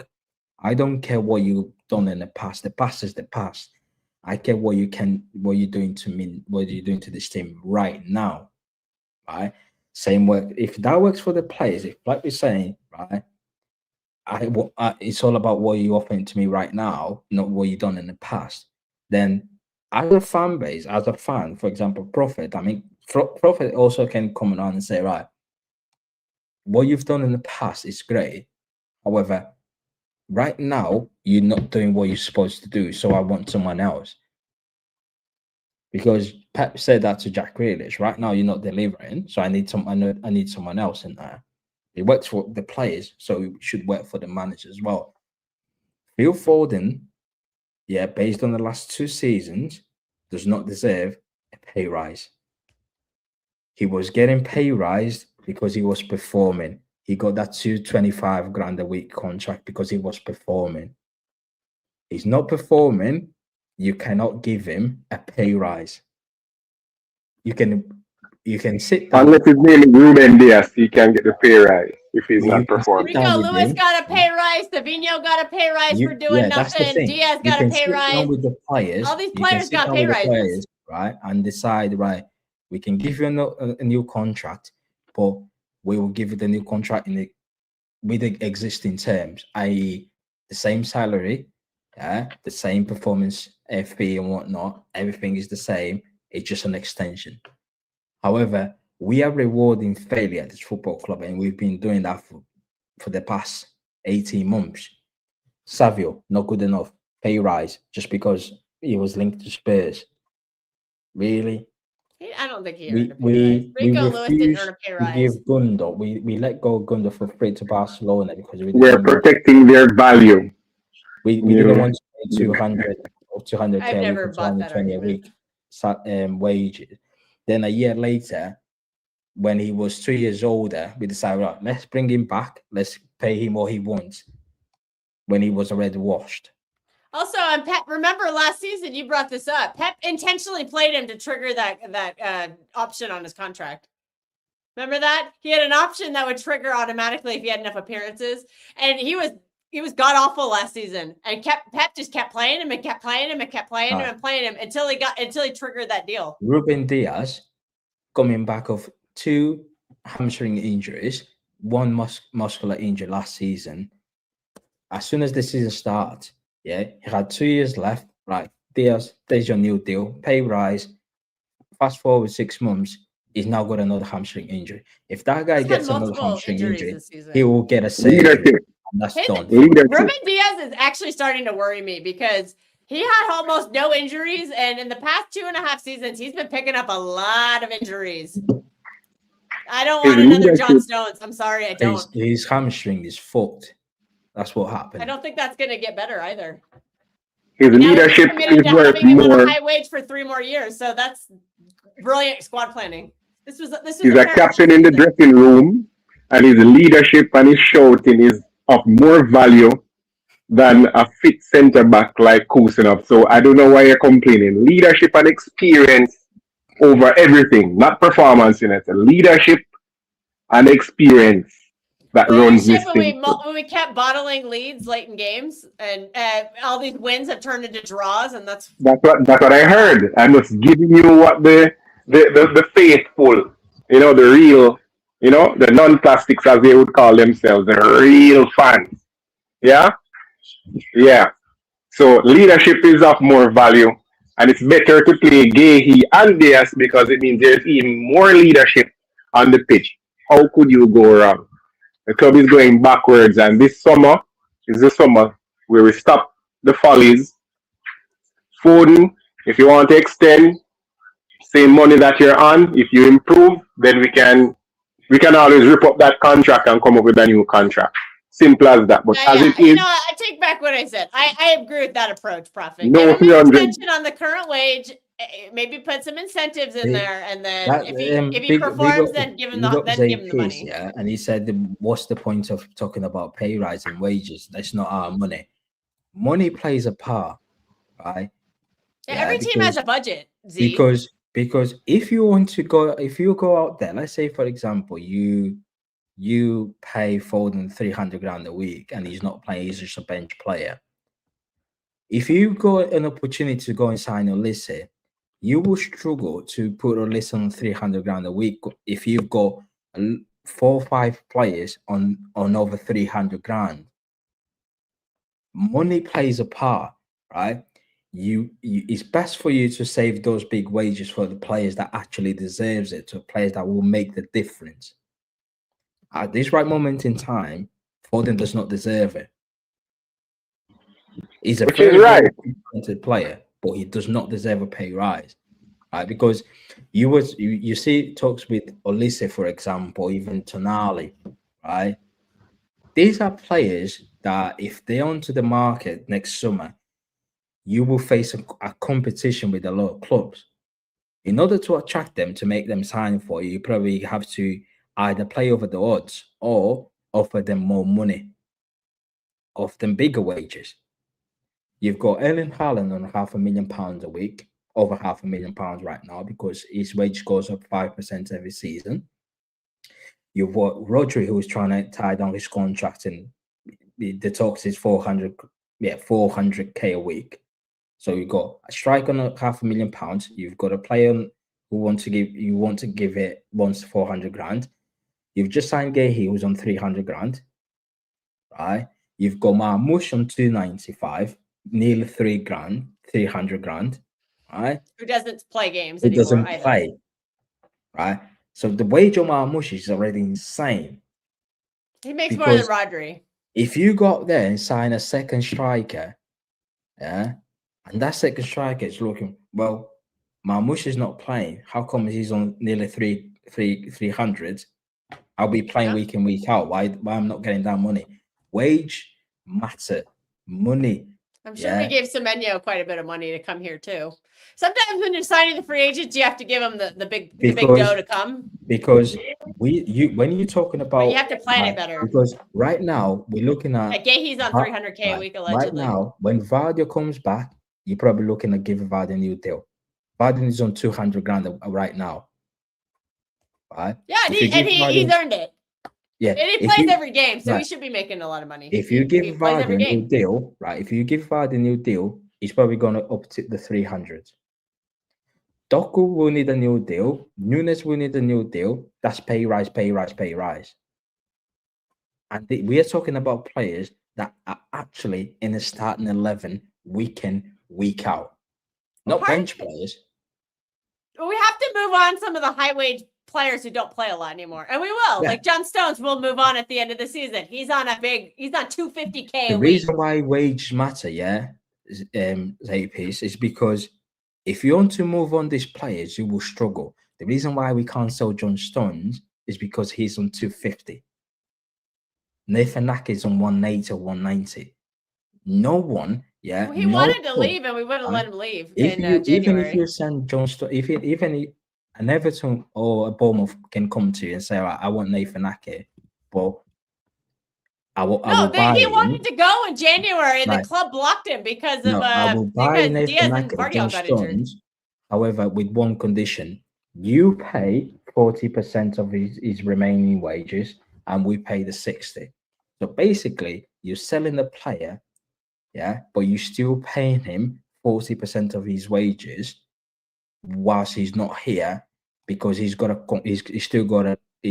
contract with you for another 2 years. That's how clubs negotiate wages. If you give Foden, let's say for example, 300 grand a week, then they end up saying, right, I need a new challenge, I need a new environment, I want to go. Even if the manager that comes in decides to sell him, right? A club can come in for Foden and say, right, okay, we're willing to buy him. We're gonna give you £100 million, whatever, or 80 million, right? But we only willing to pay. He's got a contract with you for 3 years or 4 years. We can only pay 70% of his salary. You pay the rest. Foden is his right to go to Man City, right? These are only paying me 200. I want you to pay the other 100 because he's got a contract. Calvin Phillips, he's on 150 grand. You cannot sell him because there's no the thing is not about the fee. Anyone you can say to any club, yeah, 5 million. You got Calvin Phillips. Any club can pay 5 million for Calvin Phillips, but no club will pay 150 grand a week for Calvin Phillips. That's the problem. That was a really stupid contract. Oh, TJ's in the house. What up, TJ? This is why I said, What listen. up, man? The problem is because of these contracts that we've got so many, you can't make a mistake. You can't make a mistake. Viada's got a tough job now. Very tough job, bro. Calvin Phillips comes as a 6-year contract on 185,000 a week. Yeah, that's mad.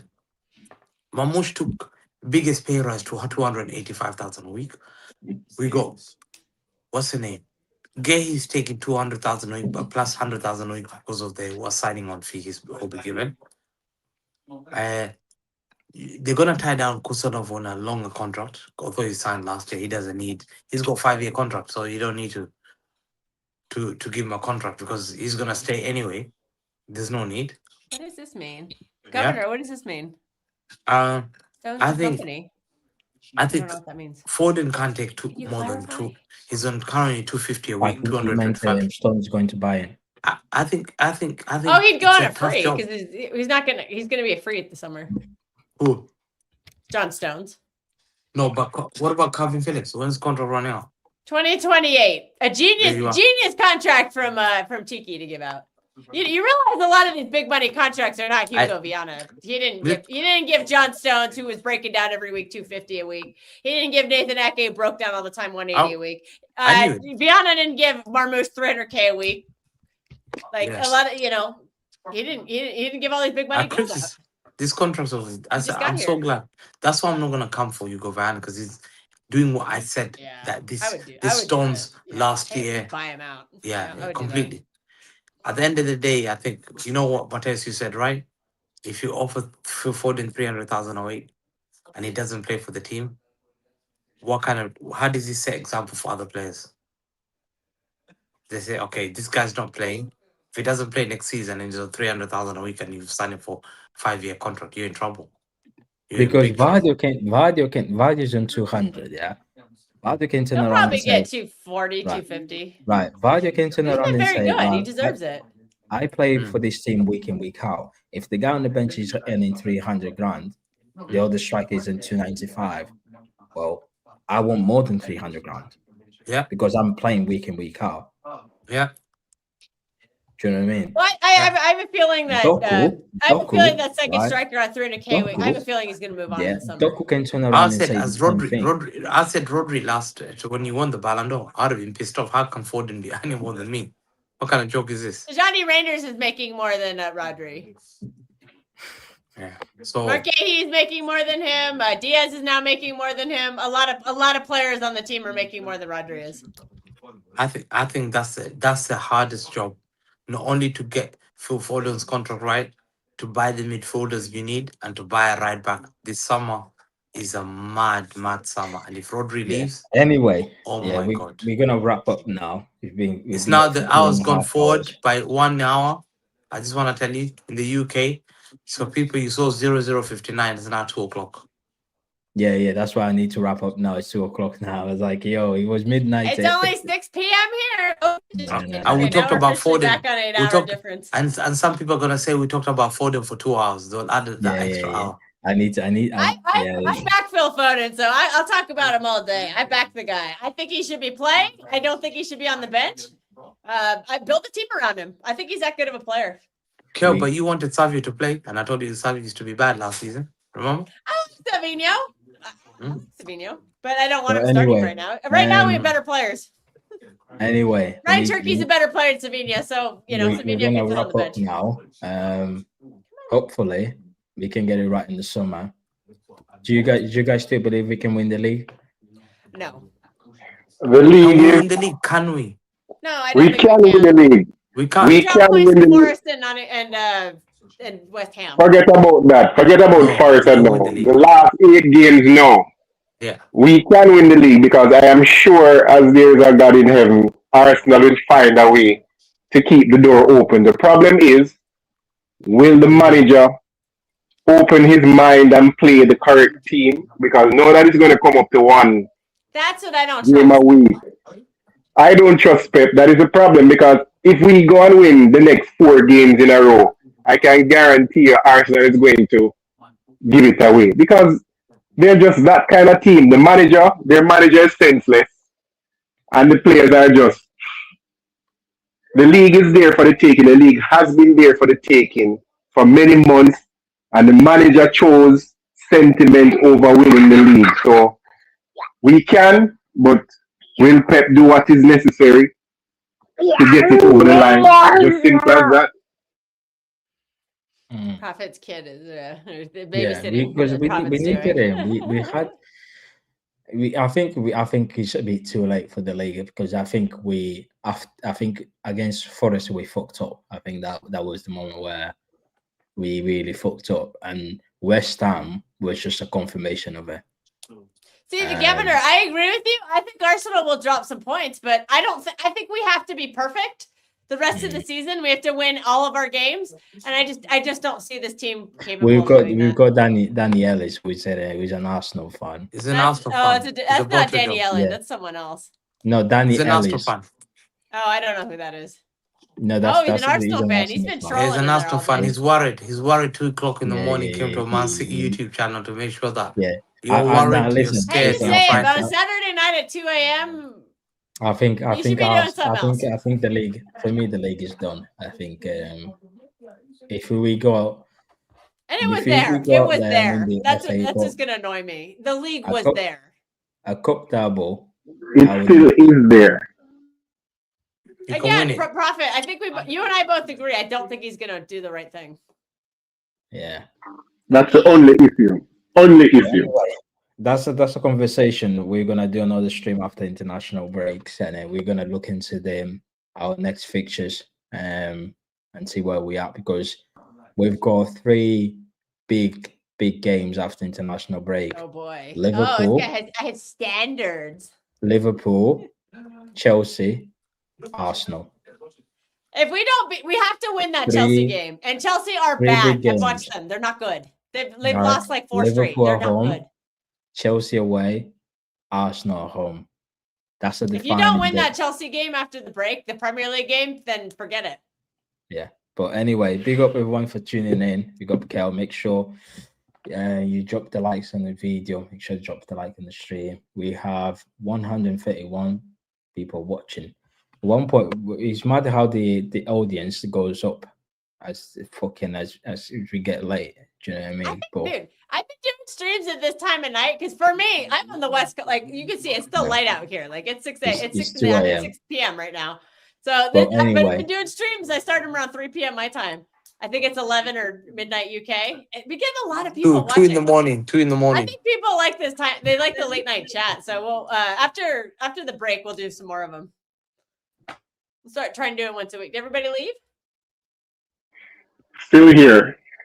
Okay. Well, okay. Well, everyone just turned their camera off. So I was like, what? Mateus is like ready to go. But now, after I get back from my vacation, we'll I'm taking a break. You are not going to see me here for a long time.